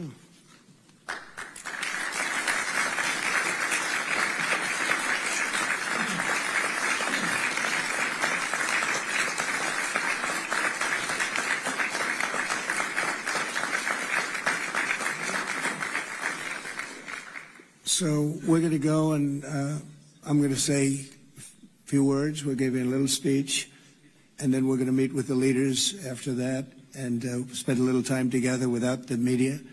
The media is invited to the speech. I just want to tell you the people behind me and some of the people in the room that are so helpful, but the people behind me are the greatest leaders, most powerful leaders, the richest leaders, frankly. Sometimes it's not politically correct to say that, but I'll say it, the richest in the world that the world has ever seen. And yet when you get to know them, I know every one of them in their own way, and I can say in particular some, because that's the way life works, but some of the greatest people you'll ever meet, and people that really care for their countries. And why this happened is they all came together and they wanted to get Gaza straightened out. They wanted to get the whole thing straightened out. It got to a point where it was just crazy. And once they got together and once we started talking, it went really, Tamim, it went smoothly. It went so smoothly. You were such a big help, but it went so smoothly that nobody could even believe it, that we're sitting here and getting this all certified out and all done.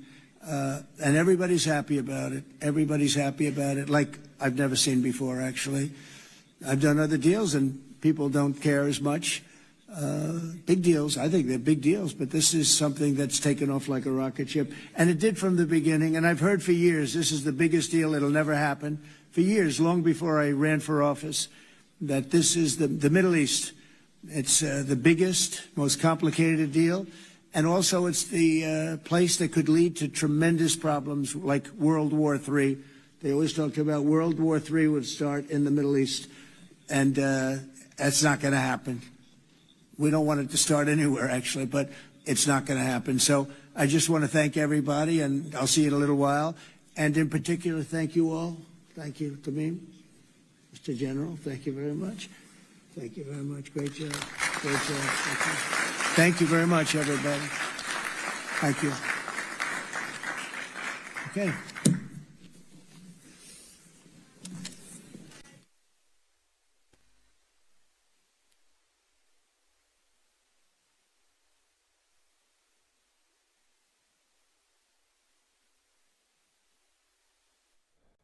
Well, there you go. The president of peace, Donald J. Trump, leading a Middle East peace ceremony and signing.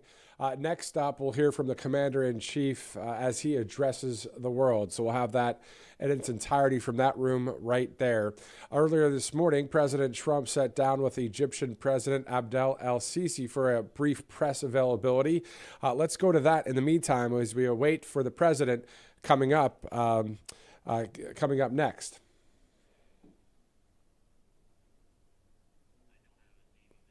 All right, we're going to shift gears. We're going to go to the completion of the Navy video that was playing prior to the president there, and then we'll go back to the Egyptian leader meeting with President Trump. So let's go back to the United States Navy video, 250 years young today.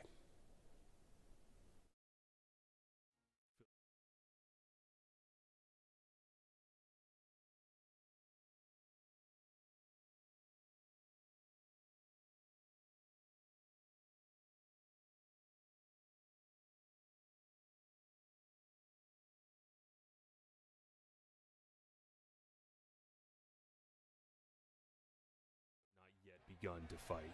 To David Farragut's legendary command, damn the torpedoes, full speed ahead. Our sailors have met every challenge with courage and resolve. At Midway, they turned the tide of a world war. At Leyte Gulf, they fought the largest naval battle in history. In the waters off Korea, Vietnam, the Persian Gulf, and beyond, our Navy has carried America's resolve to every sea. Through those battles that shaped the course of history, the United States Navy has stood watch. We've sailed to the farthest corners of the globe, defended liberty in times of peace and war, and written our story in courage, sacrifice, and victory. Today, the Navy remains the shield of our nation, the foundry where sailors are forged, the fleet that stands ready on every horizon, and the fight, our promise that a challenge, America will win. From wooden sailing ships to nuclear-powered carriers, from signal flags to satellites, from cannon fire to precision weapons. For 2.5 centuries, we've led the way in innovation, transforming the seas into a domain of unmatched power. We are the world's most advanced, most lethal, and most ready maritime force. A global navy that deters aggression, protects trade, strengthens alliances, and brings relief in times of crisis. But at the heart of it all are the sailors, men and women from every walk of life who proudly wear the cloth of our nation. Sailors who stand the watch tonight, just as others have since 1775, ensuring that America's promise endures. 250 years of honor, courage, and commitment. 250 years of foundry, fleet, and fight. And we're just getting started. Happy 250th birthday, United States Navy.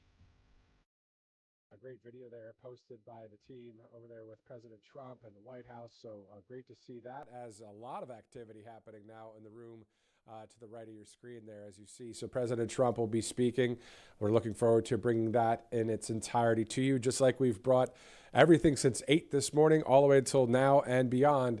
As you've seen the speech from the Knesset, the Parliament, of course, in Israel, in Jerusalem. We saw that earlier, and we'll also play after a few sponsor reads here. We're going to play the video where the Egyptian President El-Sisi and President Trump, in an unscheduled sit-down, kind of like when the president and world leaders meet at the Oval Office. They sit in front of the fireplace there, and there's the Q&A and all that. Well, that kind of happened in Egypt when the president arrived earlier. So we'll play that here in just a second. Again, if we see any live activity, regardless of what we're airing or talking about, we'll go directly to the live feed, as that is the news that is pressing. That's the news that's happening now. And we always like to bring the latest, freshest stuff that's out there. So All right, it's 12:35 Monday, October 13th. And remember the water crisis in Flint, Michigan a while back. Well, you'd think America would have gotten its act together by now on clean drinking water, but think again. Lead and heavy metals are still showing up in city after city. The pipes that are in your home, most of them very, very old. And what's flowing through them is not what you want to give your kids either. So that's why the Cove Pure water purifier is one of the best investments you can make to keep your family safe, because unlike the government, when it comes to the water situation, Cove Pure actually does its job. The EPA itself admits millions of Americans are still exposed to lead in tap water. Lead exposure, by the way, it doesn't just make your water taste like you're chewing on a car battery. It causes terrible things like brain damage and cancer and long-term health issues. But of course, we don't really need to trust the city council with our children's brains. What could go wrong there? Well, Cove Pure is the obvious fix. Their Clearwave technology removes up to 99.9% of contaminants, lead, fluoride, pharmaceuticals, you name it. No plumbers needed, no drilling. Just plug it in on your countertop, set the temperature you want with the touchscreen, and it actually tastes like water. Imagine that. So you don't have to wait around for the government to solve this. They won't when it comes to this water situation. So go to covepure.com/RSBN. Get $200 off while supplies last, and you could take back control of your family's health and finally drink water the way it was meant to be. And it does taste much better, of course, when it goes through a purifier like that one right there, Cove Pure. Also, Perplexity is another great sponsor here. A quick question for you. How much time do you spend every day on a web browser? How much time do you spend clicking around online, searching, scrolling, typing, endless tabs? Well, it's a lot, right? Well, there's a new AI web browser from Perplexity. It's called Comet. I've used it before. It's completely changing the way you're able to interact with your browser. Using Comet feels like having a personal assistant living in your web browser that can actually do things for you across the internet. So actually do things, not just give you answers. You can ask Comet to handle tasks for you, and it literally clicks, types, searches, and scrolls just like you would to get things done for you in the background while you go about your day. So Comet can shop for you. They can make reservations, book travel, summarize articles or videos, send emails, schedule meetings, and a lot more to make your life easier. So all you have to do is download Perplexity's new AI web browser, Comet, by heading to that website that you see at the bottom of your screen there, right next to the RSBN logo, and let your browser work for you. Plus, right now, when you download Comet, you get a month of Rumble Premium for free. That's pplx.ai/RSBN. Go now and take back your time online. Great stuff right there. Cove Pure and Perplexity. As we're looking live in Egypt, we see the press, we see world leaders. I mean, how long was that photo op earlier? If you were joining us live, the president shaking hands of each world leader there, and then a full family photo there in the other room. And then, of course, we saw the signing of all of the countries for peace in the Middle East.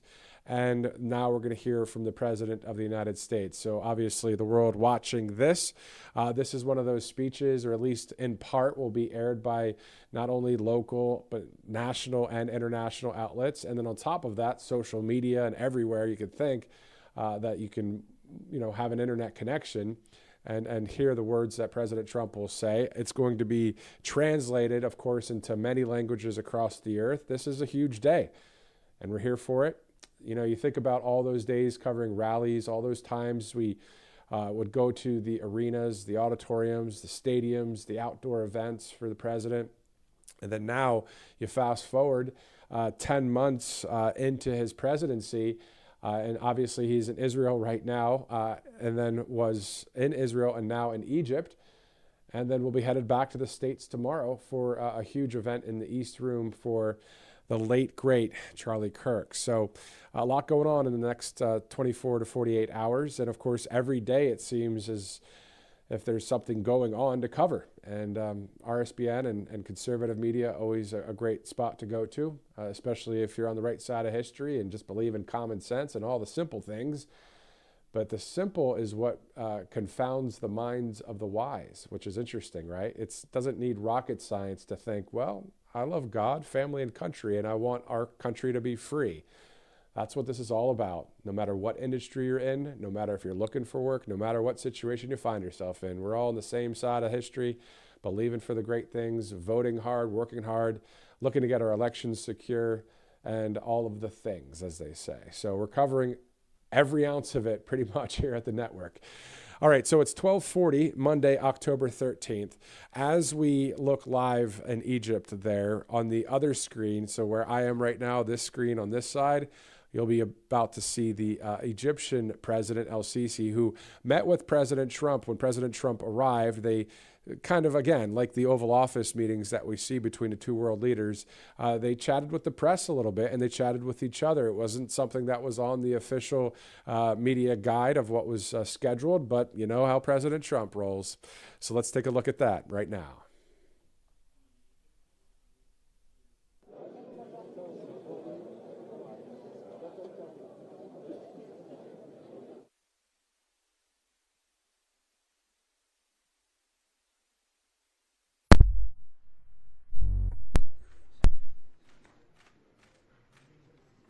Powerful man, very powerful. No crime. They have no crime. You put it out before it starts. Thank you, Mr. Thank you. Would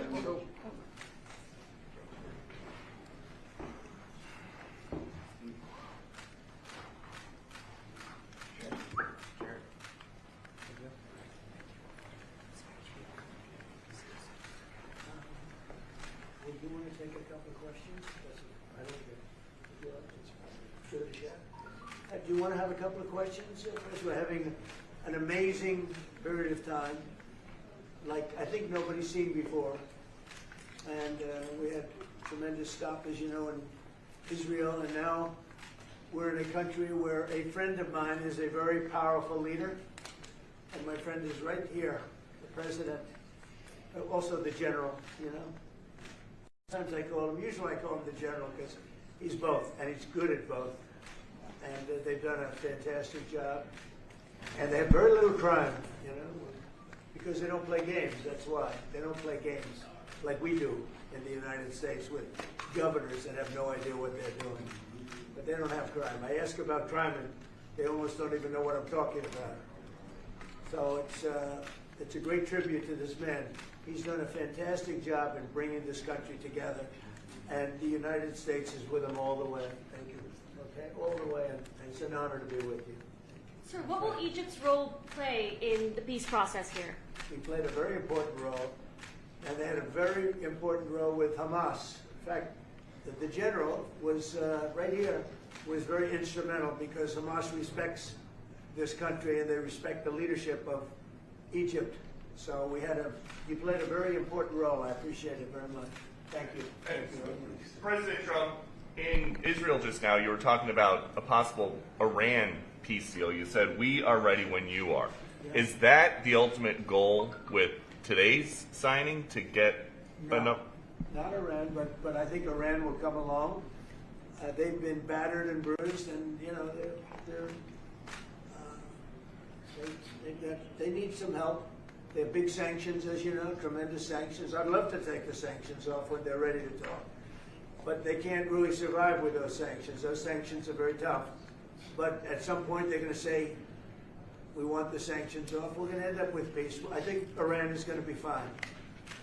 I know so many Iranian people. They're great people. They're smart, great people. Engineers, lawyers, I mean, they're academics. But they took a big hit.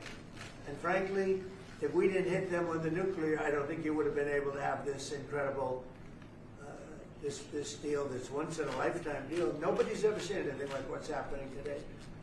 And countries have all come together, all different countries. Some liked each other, some didn't, most didn't. And they've all come together. Every country has come together. And by the way, Iran did put out a statement, you know, that they support this deal very wholeheartedly. So that was in itself something. But no, I think they want to, that's all I do in my life. I make deals. And they want to make a deal. President Trump, now that the living hostages have been returned, can you please tell us what the next steps are? Well, they're going and looking for bodies. It's a pretty gruesome task. and they know where numerous are, as you know. I guess 5 or 6 are in yet now, but they're looking for bodies. They know the areas, and the search parties out, and they're doing it in conjunction with Israel, and they're going to be finding quite a few of them. President Trump, can you tell us when phase 2 of the negotiations will begin? Well, it started. I mean, it started as far as we're concerned. Phase 2 has started. And, you know, the phases are all a little bit mixed in with each other. You're going to start cleaning up. You look at Gaza, and it needs a lot of cleanup.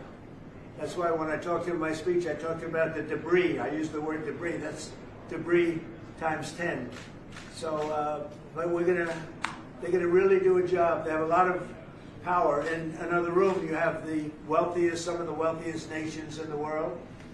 All leaders, the big leaders are here, the emirs and the kings and everybody, and it's a very interesting group. I guess we have like 35 countries, and that's only because they were the 35 that we invited. Everybody that we invited came.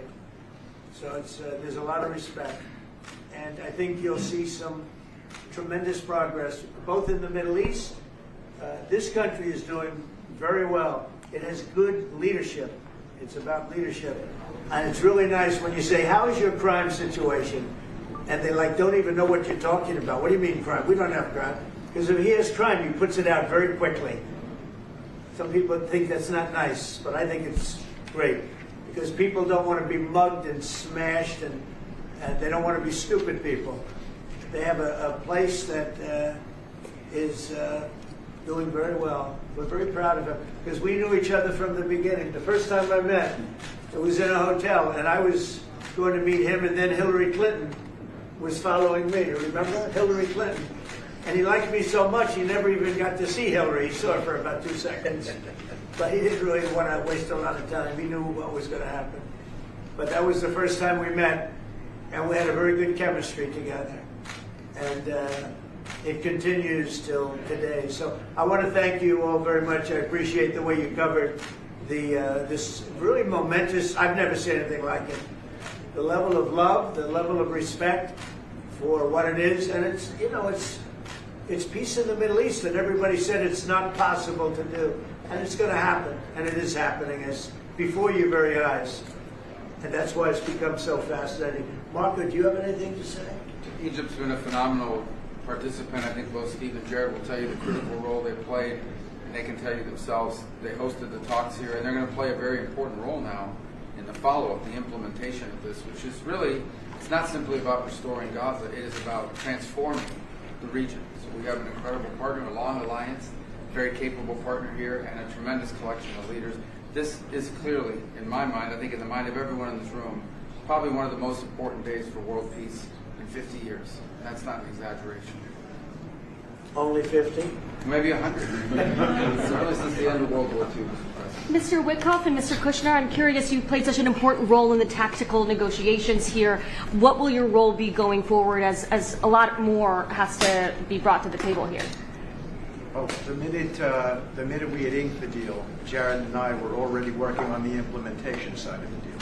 So we're dug in. We'll be here quite a bit.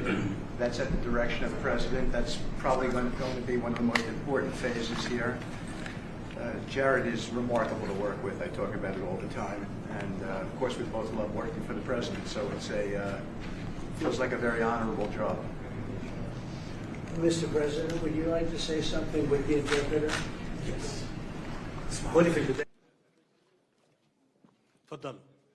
Kindly be seated.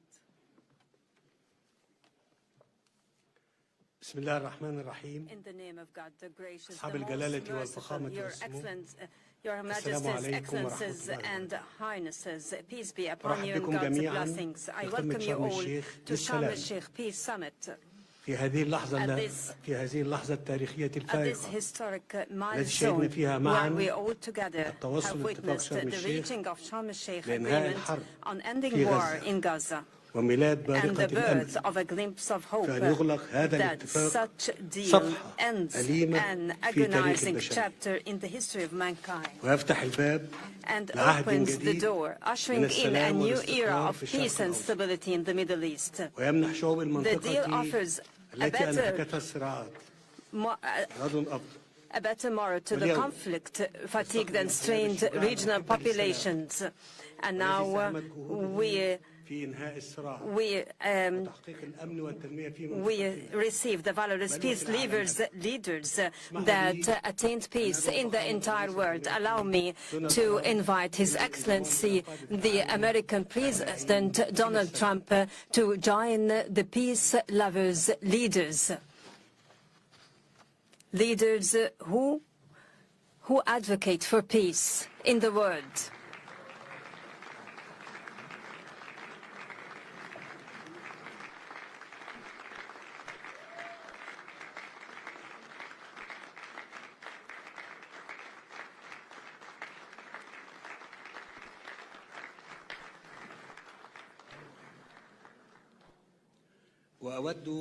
And I would like to express our profound appreciation to Your Excellency at this critical circumstance reflected in your proposed plan for ending this tragic war, a war during which humanity incurred significant losses. I would like to thank our partners in United States, Turkey and Qatar for their dedicated efforts, and I reiterate our support and aspiration to the execution of this plan, creating the essential political horizon for the implementation of the two-state solution, for it is the only pathway to the fulfillment of the legitimate ambition of both Palestinian and Israeli peoples, turning over the conflict page and safely live.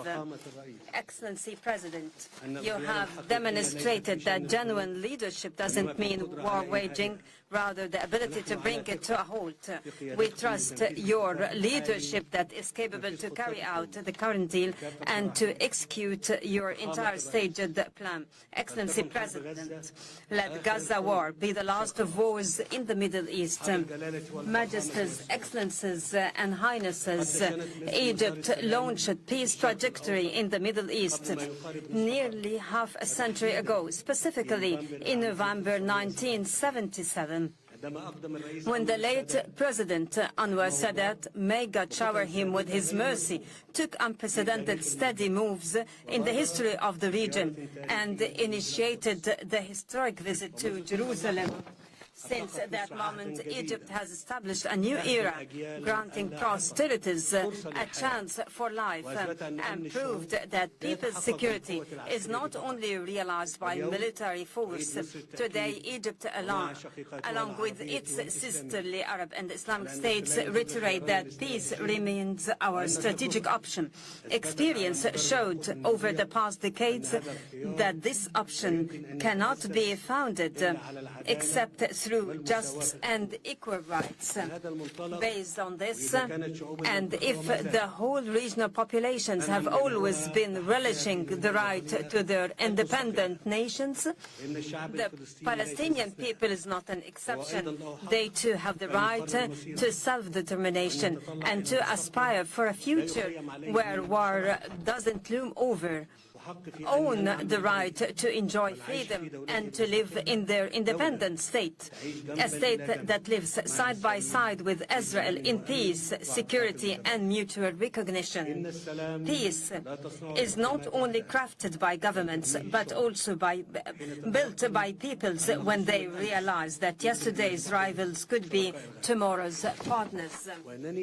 I avail this opportunity to appeal to the Israeli people.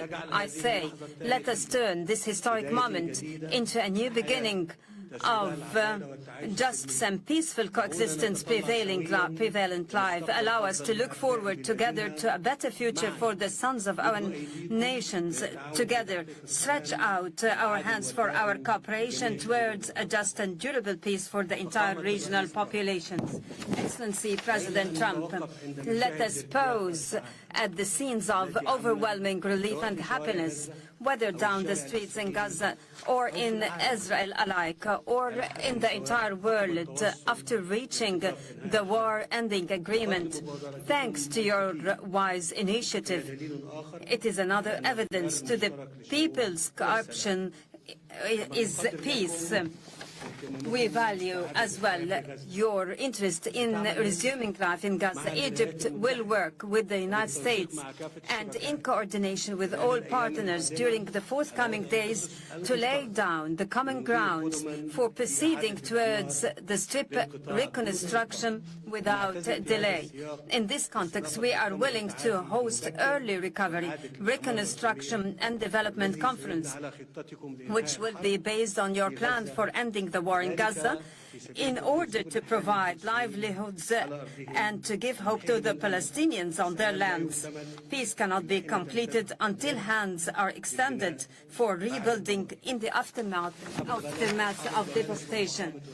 Majesties, Excellencies and Highnesses, we look ahead to a bright future to our region, as its cities are built on hope rather on burying the memories of its inhabitants under the rubble. We have a unique and historic opportunity at hand. It might be the last to come to a Middle East free from whatever menacing its stability and progress, a Middle East where its populations relish peace and decent existence within its secured borders and safeguarded rights. A Middle East that is invincible to terrorism and radicalization. A Middle East free from mass destructive weapons. This is the very new Middle East that Egypt envisions to be embedded in collaboration with regional and international partners. Today's agreement paves the way for that, and it should be cemented and implemented in all its stages, and to reach the implementation of the two-state solution, ensuring our joint vision, exemplifying coexistence among the regional populations, even exemplifying integration among all its states. Honorable attendees, before I conclude my speech, and in appreciation to President Donald Trump's efforts, I would like to declare before the August attendees Egypt's decree to decorate His Excellency with the Order of the Nile, the highest state honor among Egyptian decorations. It is awarded to heads of states and to those who render great services to humankind. Thank you all.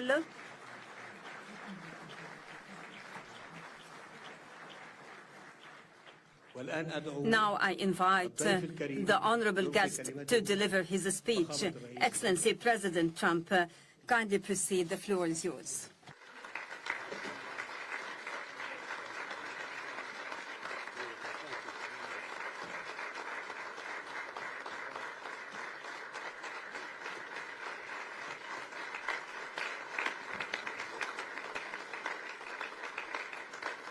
Well, thank you very much, and that was a great honor. I appreciate it very much, Mr. President. Mr. General, Mr. President, great General, great President, thank you very much.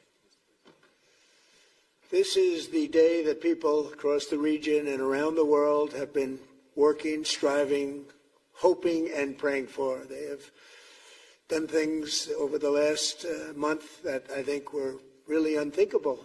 Nobody thought this could happen. With the historic agreement we've just signed, those prayers of millions have finally been answered. As you know, the hostages have been returned, and further work goes on having to do with the, sadly to say, bodies. Together we've achieved what everybody said was impossible. At long last, we have peace in the Middle East, and it's a very simple expression, peace in the Middle East, and we've heard it for many years, but nobody thought it could ever get there, and now we're there. I want to congratulate everybody sitting in these first few rows and standing behind me. I don't know why they chose to stand, but I promise I'll make it short, okay? We are not going to keep you standing for long. These are great leaders. After years of suffering and bloodshed, the war in Gaza is over. Humanitarian aid is now pouring in, including hundreds of truckloads of food, medical equipment, and other supplies, much of it paid for by people in this room. Civilians are returning to their homes. The hostages are reuniting. I mean, it's beautiful. I'm just watching it backstage. The level of love and sorrow, I've never seen anything like it. It's amazing when you see they haven't seen their mother, their father. They haven't seen them in such a long time, and they lived in a tunnel, a very little tunnel, very deep, And the level of love is just incredible. It's a beautiful thing to see. It's, in one sense, it's so horrible that it could have taken place, but in another sense, it's so beautiful to see. A new and beautiful day is rising, and now the rebuilding begins. The rebuilding is maybe going to be the easiest part. I think we've done a lot of the hardest part, because the rest comes together. We all know how to rebuild, and we know how to build better than anybody in the world. I want to express my tremendous gratitude to the Arab and Muslim nations who helped make this incredible breakthrough possible. And you really did.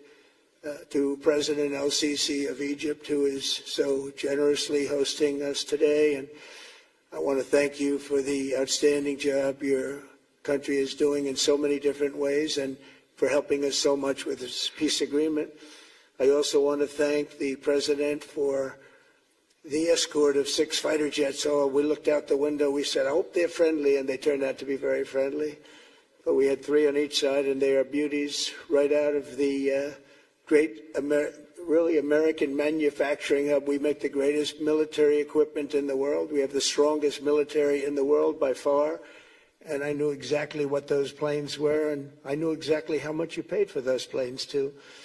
You paid a lot, but you got a pretty good deal. And they are great planes, and we just appreciate it. That was quite an escort in. That was very impressive. But Air Force One was really, it was covered with Egyptian desert just a few months ago. If you think about it, just a few months ago it was Egyptian desert, and now it was just a few feet off our window. And it was a spectacular sight, and I appreciate it very much. Really, that was pretty good. You got our people by surprise. I don't know if they were thrilled right at the beginning, but they were thrilled as we sailed along very, very calmly and safely. And I'm deeply honored to receive from you, Egypt's highest state honor, the Order of the Nile. The Nile is so beautiful, so magnificent. It's such a beautiful title, the Order of the Nile. Thank you very much, Mr. President. Appreciate it. Great honor. I also want to give a very special thanks to the Emir of Qatar, a man who's outstanding. He's been a friend of mine for a long time, long before politics, and he's a fantastically respected man. His Highness Sheikh Tamim is respected by everybody. He's respected by everybody and in the most positive way, not only because of power, because of his heart. He's got a tremendous heart. And he's a great leader, and his country loves him. Thank you very much for being here. It's an honor. Let me also express our condolences to the Qataris on the tragic car crash that claimed the lives of your cherished diplomats, some of whom were known by our people, and they were supposed to be incredible people. So please extend our sorrow and best wishes. That was tough. That was really tough. On this extraordinary occasion, I also want to give our sincere thanks to President Erdogan of Turkey. He's always there when I need him. He's such a tough guy. He is tough as you can be, but we love him. And when they have a problem with you, they always call me to handle it. And usually I come through. We just have a good relationship, and we have from the beginning. And so I want to thank you very much and say hello to your wife, your beautiful wife. And it's great to be with you. Always there. When I need him, he's always there. Thank you very much, Mr. President. And I also want to thank, I just spoke to him on the phone, His Royal Highness Crown Prince Mohammed, Saudi Arabia, a special friend of mine. Boy, he's come so long and so far, and he's doing a fantastic job for his country. And I want to just thank him. And, His Highness Sheikh Mohammed of the United Arab Emirates is here. Where? He's here someplace. Well, he's not here, but he's here in spirit, I can tell you that. And he's been another one. He's been absolutely incredible, and we appreciate it very much. And His Majesty King Abdullah of Jordan, and thank you very much, King Abdullah of Jordan. He's here. Thank you. Thank you. Thank you very much. And you really have been a great helper. We appreciate it. Appreciate it. Prime Minister Sharif of Pakistan, and also I have to say my favorite field marshal from Pakistan, who's not here, but the Prime Minister is here, and you're going to give his regards. Where are you? There you go. Thank you very much. Do you want to say what you said to me the other day? Come, would you like to say what you said the other day? I think it was so nice. Please. Thank you very much, my dear President Trump, my dear brother President Fatil Sisi of Egypt, Majesties, Highnesses, Excellencies, ladies and gentlemen, Assalamu alaikum, and a very good evening. Well, I would say today is one of the greatest days in contemporary history, because peace has been achieved after untiring efforts led by President Trump, who is genuinely a man of peace, who has relentlessly and untiringly worked throughout these months, day in and day out, to make this world a place to live with peace and prosperity. I would say that Pakistan had nominated President Donald Trump for Nobel Peace Prize for his outstanding, extraordinary contributions to first stop war between India and Pakistan, and then achieve ceasefire along with his very wonderful team. And today, again, I would like to nominate this great president for Nobel Peace Prize, because I genuinely feel that he is the most genuine and most wonderful candidate for Peace Prize, because he has brought not only peace in South Asia, saved millions of people, their lives, and today, here in Sharm el-Sheikh, achieving peace in Gaza is saving millions of lives in the Middle East. Mr. President, I would like to salute you for your exemplary leadership, visionary leadership, and I think that you are the man this world needed most at this point in time. World would always remember you as a man who did everything, went out of the way to stop 7 and today 8 wars. I would like to thank my very dear brother, Sheikh Tamim. He's Akh al-Shakik, who has really worked very hard along with others to achieve peace in this region. My very dear brother, President Tayyip Erdogan, His Majesty, King Abdullah, and of course my very dear brother, Mohammed bin Zayed of UAE, and of course my very dear brother, Crown Prince of Saudi Arabia.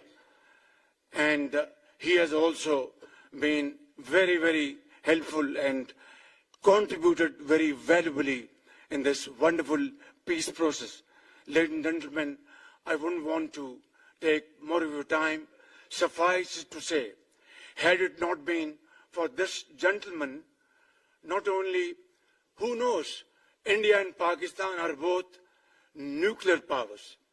Had he not intervened along with his wonderful team, during those 4 days, the war could have escalated to a level. Who would have lived to tell what happened? And similarly, here in this part of the world, in the Middle East, Mr. President, your valuable contribution along with President Sisi, I think history will remember in golden words. I wouldn't say more Except God bless you, God give you long life to serve like this for all time to come. Thank you very much.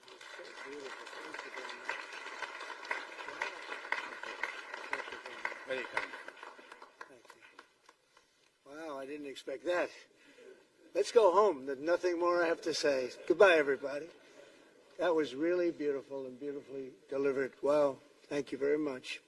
Also with us is President Prabowo, a very incredible man of Indonesia. President, come here.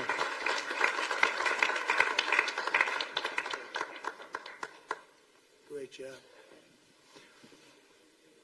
President Abbas of the Palestinian Authority. See, we have them all. We have them all. Great, great. It's good to have you. And so many others. I really have a list here. This first 3 rows and what's standing behind me, I don't know why they chose to stand, but it's there. They're going to be very famous tomorrow, all of them. We have the Arab League is represented by His Excellency, and thank you very much for being here. Thank you very much. We have Armenia, and Azerbaijan. That's a little war that we stopped. That's a little war. There they are. Look at them. They're sitting. When I met with them, it was in the Oval Office. They fought for like 31 years or some crazy number.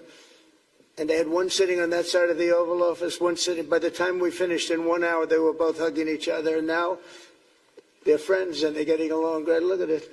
So I want to thank you both. That's incredible. Really incredible. So you have Armenia and you have Bahrain, you have Canada. It's so great to have, in fact, the president called and he wanted to know if it's worthwhile. He knew exactly what it was. He knew the importance.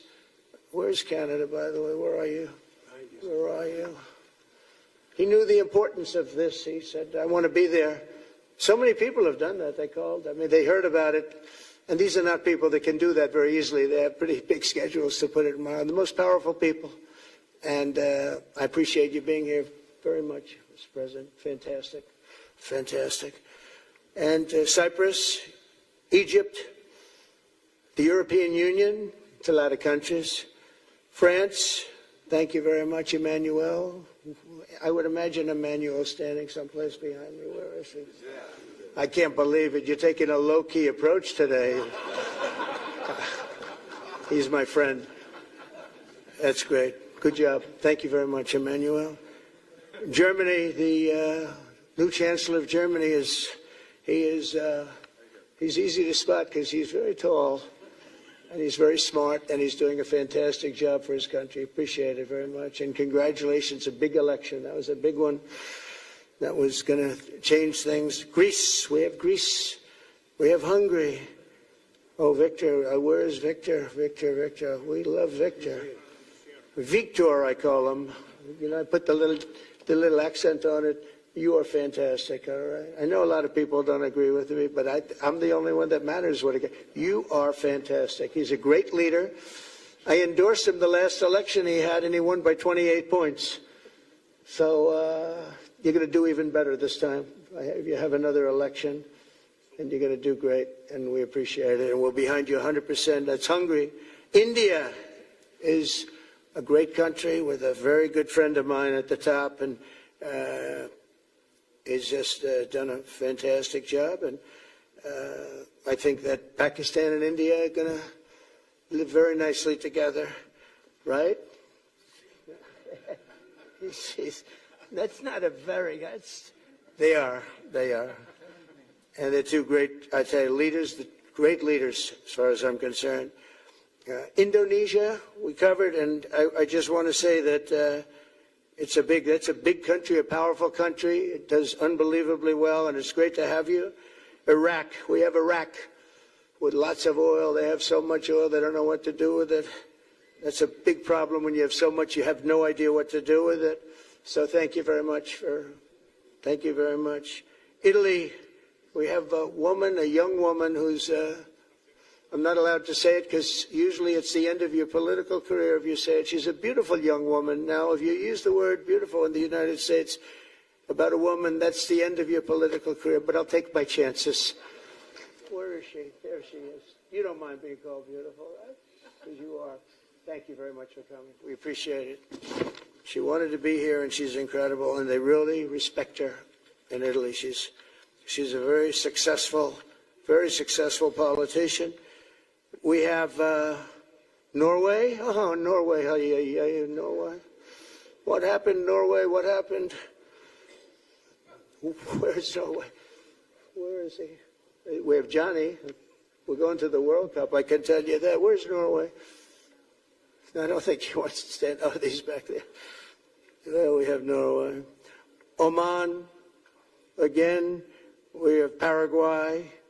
We have really fantastic representative from Saudi Arabia. Thank you very much. I'll tell you what, and this time we'll get you the best seat. He always gets the best seat. He deserves the best seat. But what a great place it is. Spain. Where's Spain? Are you guys working on him with respect to the GDP? We'll get close. We'll get close. But fantastic job you're doing. And UAE, which is great. United Kingdom. Where's United Kingdom? Where's our friend? Where? Come here. Is everything going good? Very good. That's very nice that you're here. These people all came in like 20-minute notice.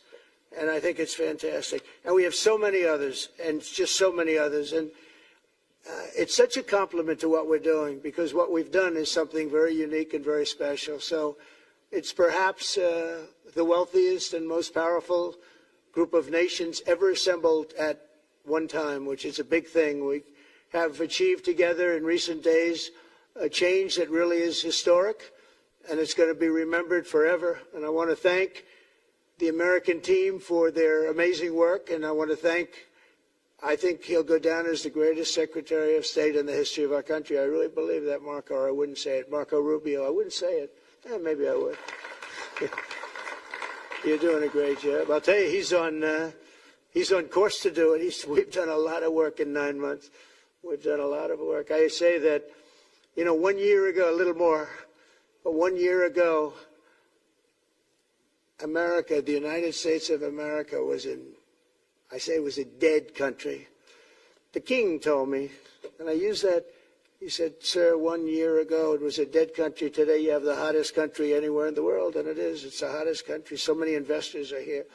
We have over $17 trillion being invested in the United States, which is a record that nobody has ever beaten. I don't think anybody will. And we still have 4 months to go before it's a year. So in 8 months, we have over 17 trillion. We're actually very close to $18 trillion. There's never been, as an example, the previous administration had less than $1 trillion over 4 years. We have, we're close to breaking $18 trillion in 8 months. That's pretty amazing.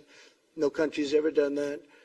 I want to also thank Special Envoy Steve Witkoff and my son-in-law and a great guy, Jared Kushner.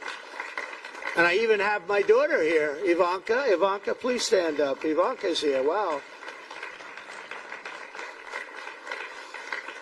Thank you. Thank you, Ivanka. We have a great team, and we have, as you know, General Raisin Kane. We have John Radcliffe. We have Tom Barrack. We have really a lot of good talent. We have Pete Hegseth, who's now Department of War as opposed to Department of Defense. We made a little change.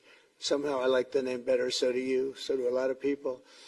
But the momentous breakthrough that we're here to celebrate tonight is more than the end of the war in Gaza. It's with God's help, it'll be the new beginning for an entire beautiful Middle East.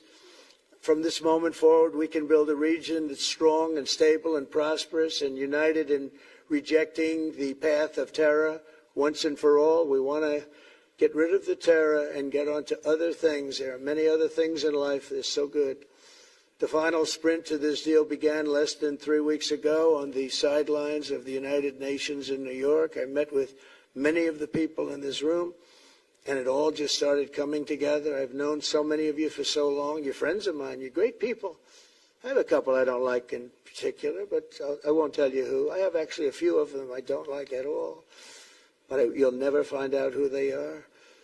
Well, maybe you will, come to think of it. But I have most of you who I like a lot, and I respect a lot. Maybe that's more important. We listened, and we exchanged ideas, and we kept pushing forward until the job was done, and the first steps to peace are always the hardest. And today we've taken them and we've put them all together, and we've come up with this beautiful mix like nobody thought was possible. And as you know, I've just come from Israel. It was an amazing day to watch the hostages come in and to watch all of the other things and do all of the other things that we did. And like all of us here this evening, the Israeli people are overjoyed that the war has ended. Many of you have had dancing in the streets. They had dancing in the streets. And they've been dancing for weeks now once they heard about this and they heard that it was even a possibility. They're elated at the arrival of the hostages and excited to begin this new chapter for the entire region, and it's going to be that, and they are going to be great partners, and I hope everybody's going to join the Abraham Accord. I like to say the Avraham. I love Avraham, but somehow it doesn't sound as good when I say it as it does when some of my other friends say it who are from the region. But we're going to get a lot of people joining the Abraham Accords. We have the 4 great nations that did it early on, and they stayed with it. And then you had the Biden administration, which is the worst administration in the history of our country, and obviously they did nothing on that and anything else. And so it stayed at 4, and now a lot of people, even today, they're talking about all joining up. So many people have talked to me about that, and it's going to be a great tribute to really the United States. I mean, the United States has worked very hard in the Middle East, so it would be a tribute to us and to Jared and to Steve and to all of the people, Marco, all of the people that have worked so hard on that. And it really is going to it's going to guarantee that it all stays together. You're going to do well, because the 4 nations do very well. I mean, they do extremely, as they're wealthy, but they're a lot wealthier because of it. So I hope everybody's now joining up. Now we have no excuses. We don't have a Gaza, and we don't have an Iran as an excuse. That was a good excuse, but we don't have that anymore. All the momentum now is toward a great, glorious, and lasting peace. And our commitment to fulfilling the 20-point plan we developed together will be the crucial foundation for achieving that bright future. And it's being worked on right now as we speak. And we're actually in stage 3 and 4. It's not going to be, just divided down so simply. We can be long advanced on some of the things that we say we're going to do. We can take them out of order in a positive way, and we've shown how it can be done with responsible nations like the people in this room, these incredible people in this room, setting aside their differences, seeking common ground, and pursuing a better world for all of us. And that spirit's my dream, that we all get together and enjoy our life. And we're going to put some of you on the Board of Peace. Everybody wants to be on the Board of Peace. They said, would you be the chairman? I say, I'm pretty busy too. But whatever we can do to have peace in the Middle East, it's worth it. But everybody wants to go on the Board of Peace, so we're probably going to enlarge it. We're going to get, and the leaders, the top people, the top leaders, they want to be on the Board of Peace. A beautiful term. At first I wasn't sure, and then I realized how beautiful it is. And for the people of Gaza, the focus now must be on restoring the basics of a good life. We're going to have a lot of money coming into Gaza and a lot of rebuilding and building. It's not so much rebuilding, it's really building, cleaning up and building. And I'm pleased to announce that numerous countries of great wealth and power and dignity have come forward to me, and just today and over the last week, to say they want to help in the reconstruction of Gaza, putting up whatever money is necessary. And the money is, of course, it's a lot of money, but it's not much compared to the value or the wealth of these tremendous countries. And they are ensuring stability and success in the Middle East. So when you think about it, it's a very, very small amount of money is necessary, relatively speaking.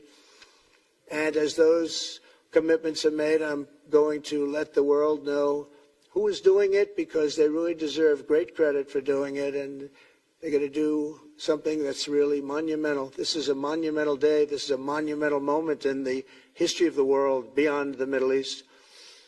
We've all agreed that supporting Gaza must be done to lift up the people themselves, but We don't want to fund anything having to do with bloodshed, hatred, or terror, as has happened in the past. And for the same reason, we're also agreed that Gaza's reconstruction requires that it be demilitarized and that a new, honest civilian police force must be allowed to create a safe condition for the people in Gaza.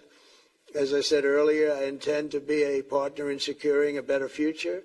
We're going to be working, you're going to be working with the United States, and we're going to make sure that the Middle East is going to be a safe and secure place. It's a very important place in the world, means so much. There were so many people who said the Middle East, and this has been going for many, many decades, I've read it many times, that World War III will begin in the Middle East. It's not going to happen. That's not going to happen.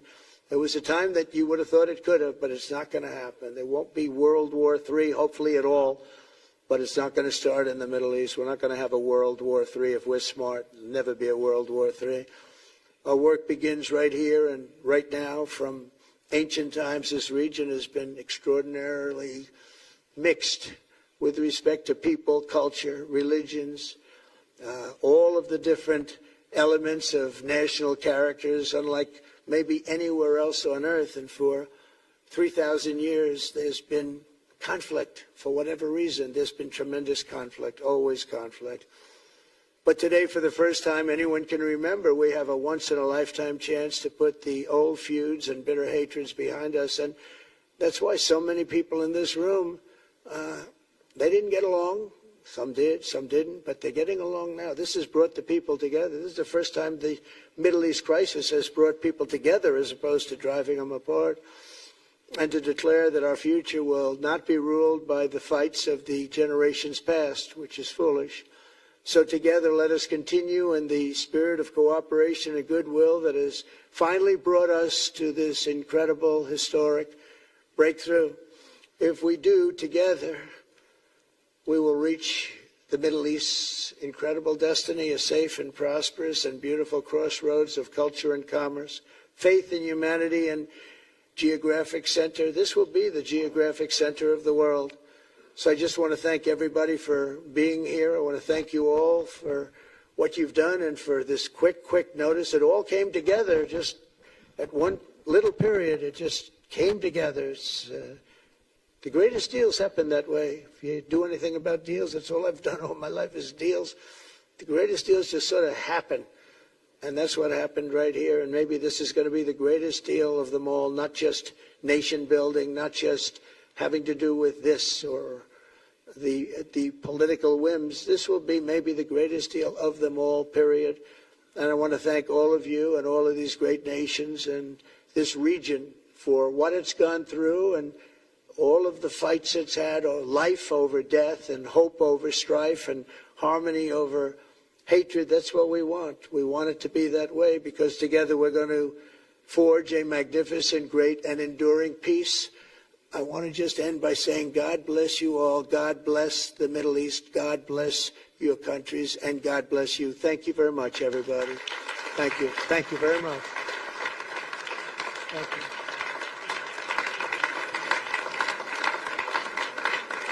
Thank you very much. So if we could ask the media to leave, and we're going to have a little conversation with all of these great leaders, which will take 5 minutes, and we'll just talk for a couple of minutes. But if we could ask the media to leave, would be great. Thank you very much. Thank you. Thank you.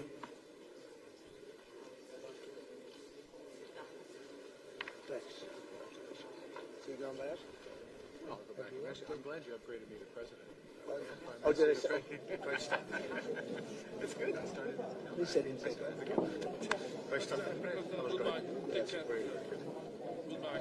Prime Minister. I will be much more. 8th of November. So thank you, everybody. So to the leaders, I just want to thank you very much for being here. We'll be meeting again. We're going to be drawing some names. If you want to get involved on the Board of Peace, you'll let us know.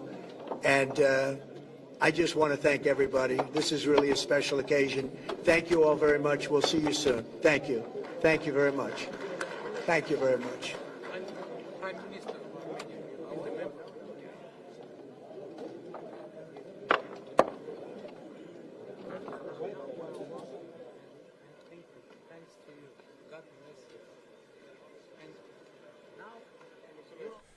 President Trump addressing world leaders and an international audience where it's now 8:30, the bottom of the hour local time in Egypt. The White House actually just posted within the hour a new Middle East video. In the post, it says, quote, history and historic moment. President Donald J. Trump, alongside the leaders of Qatar, Egypt, and Turkey, signs the Gaza peace plan for peace in the Middle East. Here's a look at that video.